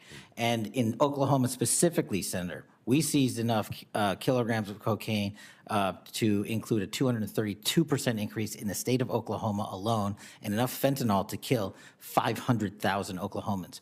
We can't do that unless we have great police partnerships, which has been a priority of mine, which is why I've embedded police officers here at headquarters from around the country to make sure we have that connectivity. And I've shortened the task force officer onboarding pipeline from 1 to 2 years to 90 days. We need them. Yeah, we do. Director Ratcliffe, the annual threat assessment highlights this year the Muslim Brotherhood in particular, and calls out some of their financial and material support on this. That may be surprising to some folks here, but it's not surprising to folks all across the Middle East in the threat that the Muslim Brotherhood continues to pose to so many governments and entities across the world on that. How is the Muslim Brotherhood financing itself and its acts of terrorism? And is there something that we need to do here to be able to make sure that we're protecting Americans in the threat? Senator, I think with regard to the Muslim Brotherhood abroad, we view that just as we do other proxies across the Middle East, the Houthis and other groups. And I can relate to you that the CIA is very focused on the counterterrorism front. You weren't here before. Right. I said in the classified portion I would get into the CIA's success with regard to groups like the Muslim Brotherhood in a classified setting, where I can share with you the impact that we're having. But and across the board with regard to terrorist groups and our counterterrorism activities, I can publicly characterize it as saying we've accomplished more in the last year than in the 4 years of the prior administration combined. So hopefully it gives you some measure of comfort about how we're approaching things and the effectiveness that we've had in the last year in that regard. And I look forward to getting into detail in the classified portion. Look forward to that. Thank you. Senator Reid. Thank you very much, Mr. Chairman. Ladies and gentlemen, thank you. The Washington Post reported earlier this week, in their words, the U.S. intelligence assessments say Iran's regime likely to remain in place for now, weakened but more hardline, with the powerful Islamic Revolutionary Guard Corps security forces exerting greater control. Director Gabbard, do you stand by that reported intelligence community assessment? I don't stand by any leaked so-called intelligence to the media. I do stand by the intelligence community's assessment that was included in the annual threat assessment that speaks directly to this issue, that as of this moment, the regime maintains power within Iran, even though they are vastly degraded on almost every front. Do you think that the killing of the Ayatollah and his wife and other family members and key people contributed to the picking of a hardline successor? Senator, the intelligence community's assessment has pointed to a number of different scenarios that went into play with the selection of the successor. The details of that we can discuss in a closed hearing with regard to the intelligence reporting. Is the regime in Iran now trying to promote the deceased Ayatollah as a martyr who should be followed, and does that help them consolidate support? Senator, the Iranians are certainly using that as a call to action. The effects of that from an intelligence standpoint remain to be seen. There is a tradition in Shia, though, to honor martyrs. One of their greatest celebrations is the martyrdom of the grandson of Muhammad. Is that correct? That's right. So we might have played into their cultural biases erroneously. General Adams, what conditions do you assess would need to be present to make the regime collapse or necessitate, excuse my voice, unconditional surrender? And can it be done with air power alone? Senator, we have at the Defense Intelligence Agency put together a number of scenarios coordinated across the IC with regards to what we would forecast the future would be. There are 4 specific goals that we've been told to track and analyze with regards to the goals of the U.S. effort. They've been articulated earlier in the hearing, so I won't hammer on those. But with regards to the collapse of the regime, specific perpetuation, like what would precipitate that, we would like to. I would prefer to talk about that in the classified hearing.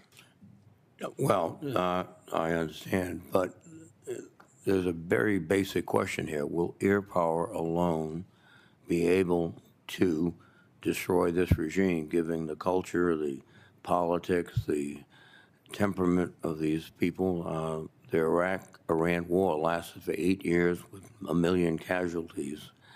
Do you think air power alone will do it? Senator, the capabilities that our joint force brings to bear can accomplish many missions. To forecast exactly what can and can't accomplish this goal, I prefer not to guess or prognosticate on that.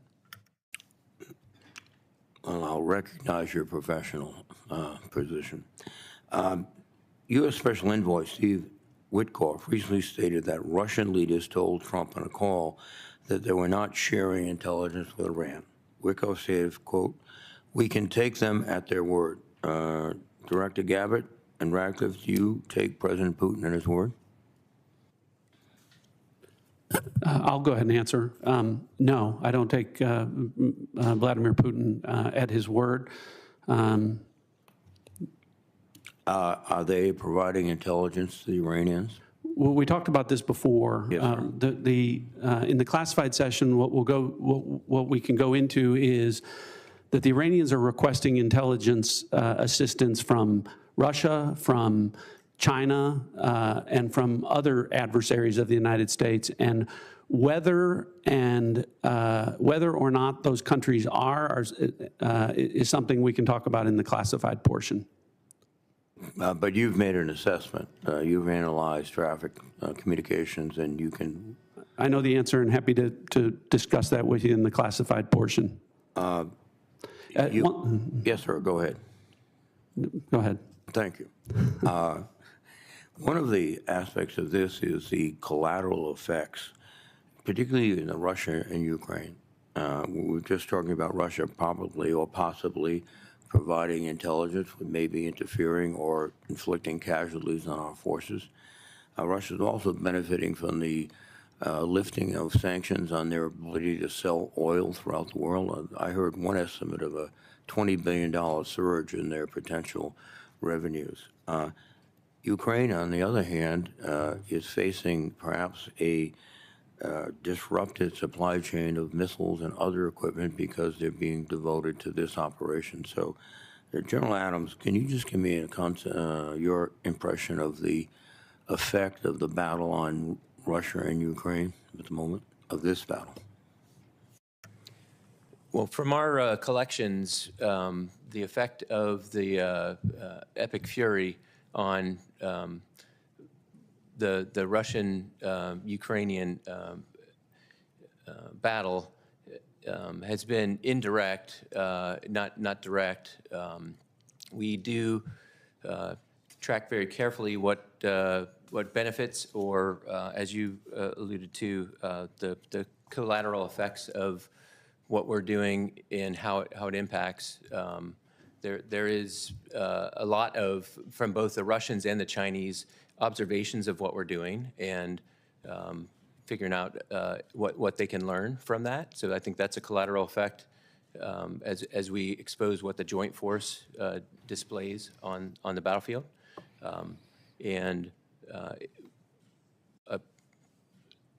I think we can talk in a little more detail as we move to the classified session, some of the things that we're collecting specifically about what those effects are. Thank you very much, sir. Thank you, Mr. Senator Ossoff. Thank you, Mr. Chairman. Thank you all for being here. And before I ask you a few questions, I want to call everyone's attention again to this fundraising email signed by the President that Senator Kelly mentioned earlier, in which the President of the United States invites his campaign donors to, quote, claim your spot,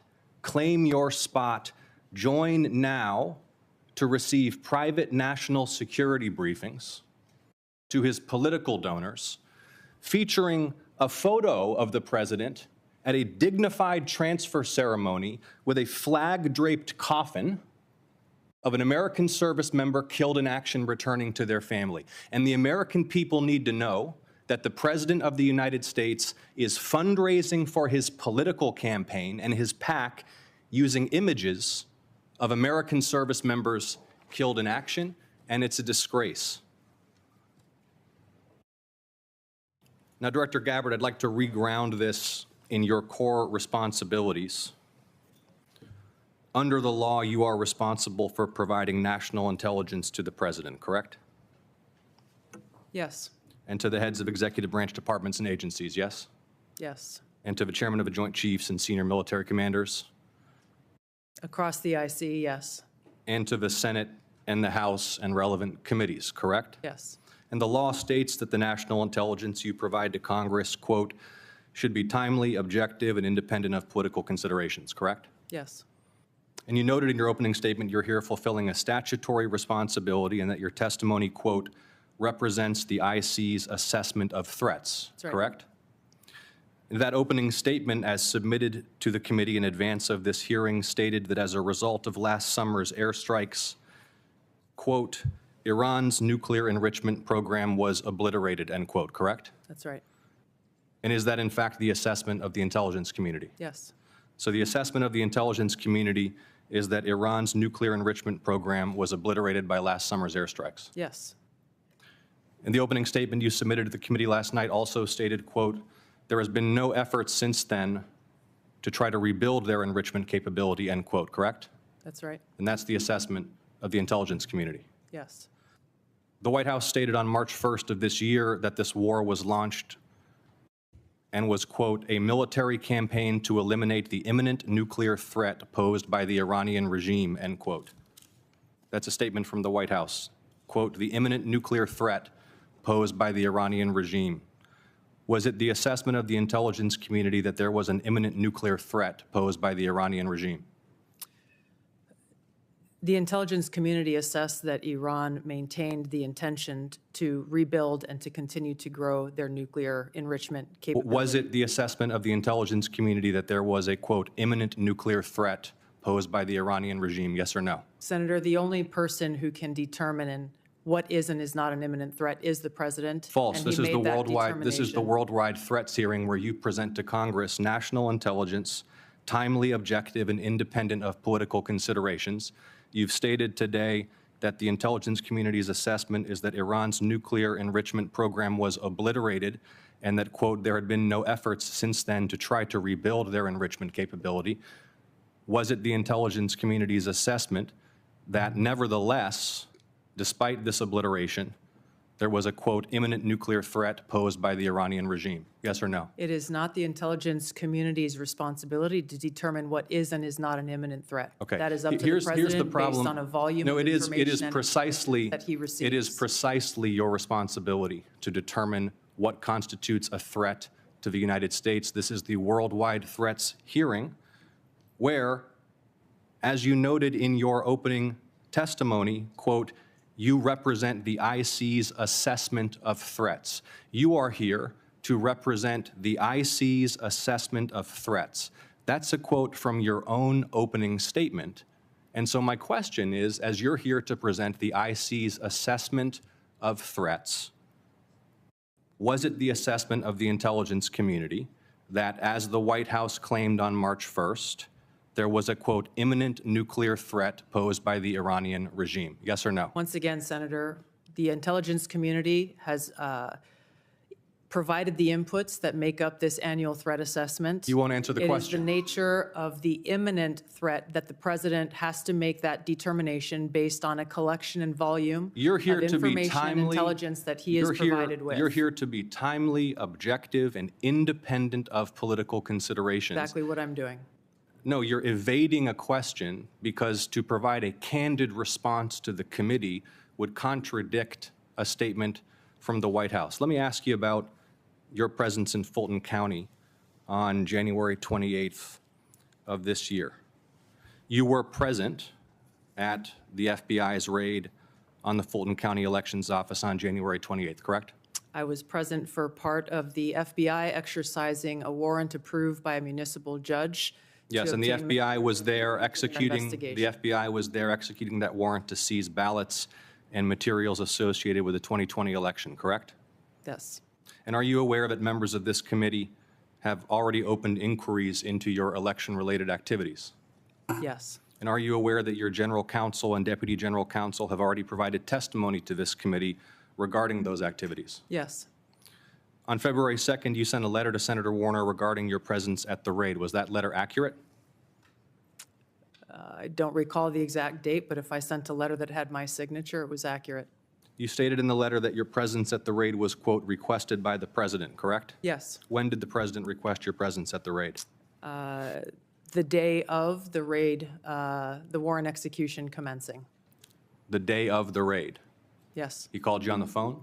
I'm not going to disclose how the message was delivered, but it was a request from the president and his administration to go and help oversee this warrant being executed along with the deputy director of the FBI. Is it your role to oversee? And to thank the FBI agents who were conducting Is this it your warrant. role to oversee the execution of criminal warrants? It is my role, based on statute that Congress has passed, to have oversight over election security, to include counterintelligence. But you said you oversaw the raid, correct? You just testified you oversaw the raid? Portions of it. Okay. Did you handle any ballots or election-related materials? No. You were inside an FBI evidence truck, correct? You were photographed inside an FBI evidence truck. It was an empty truck, yes.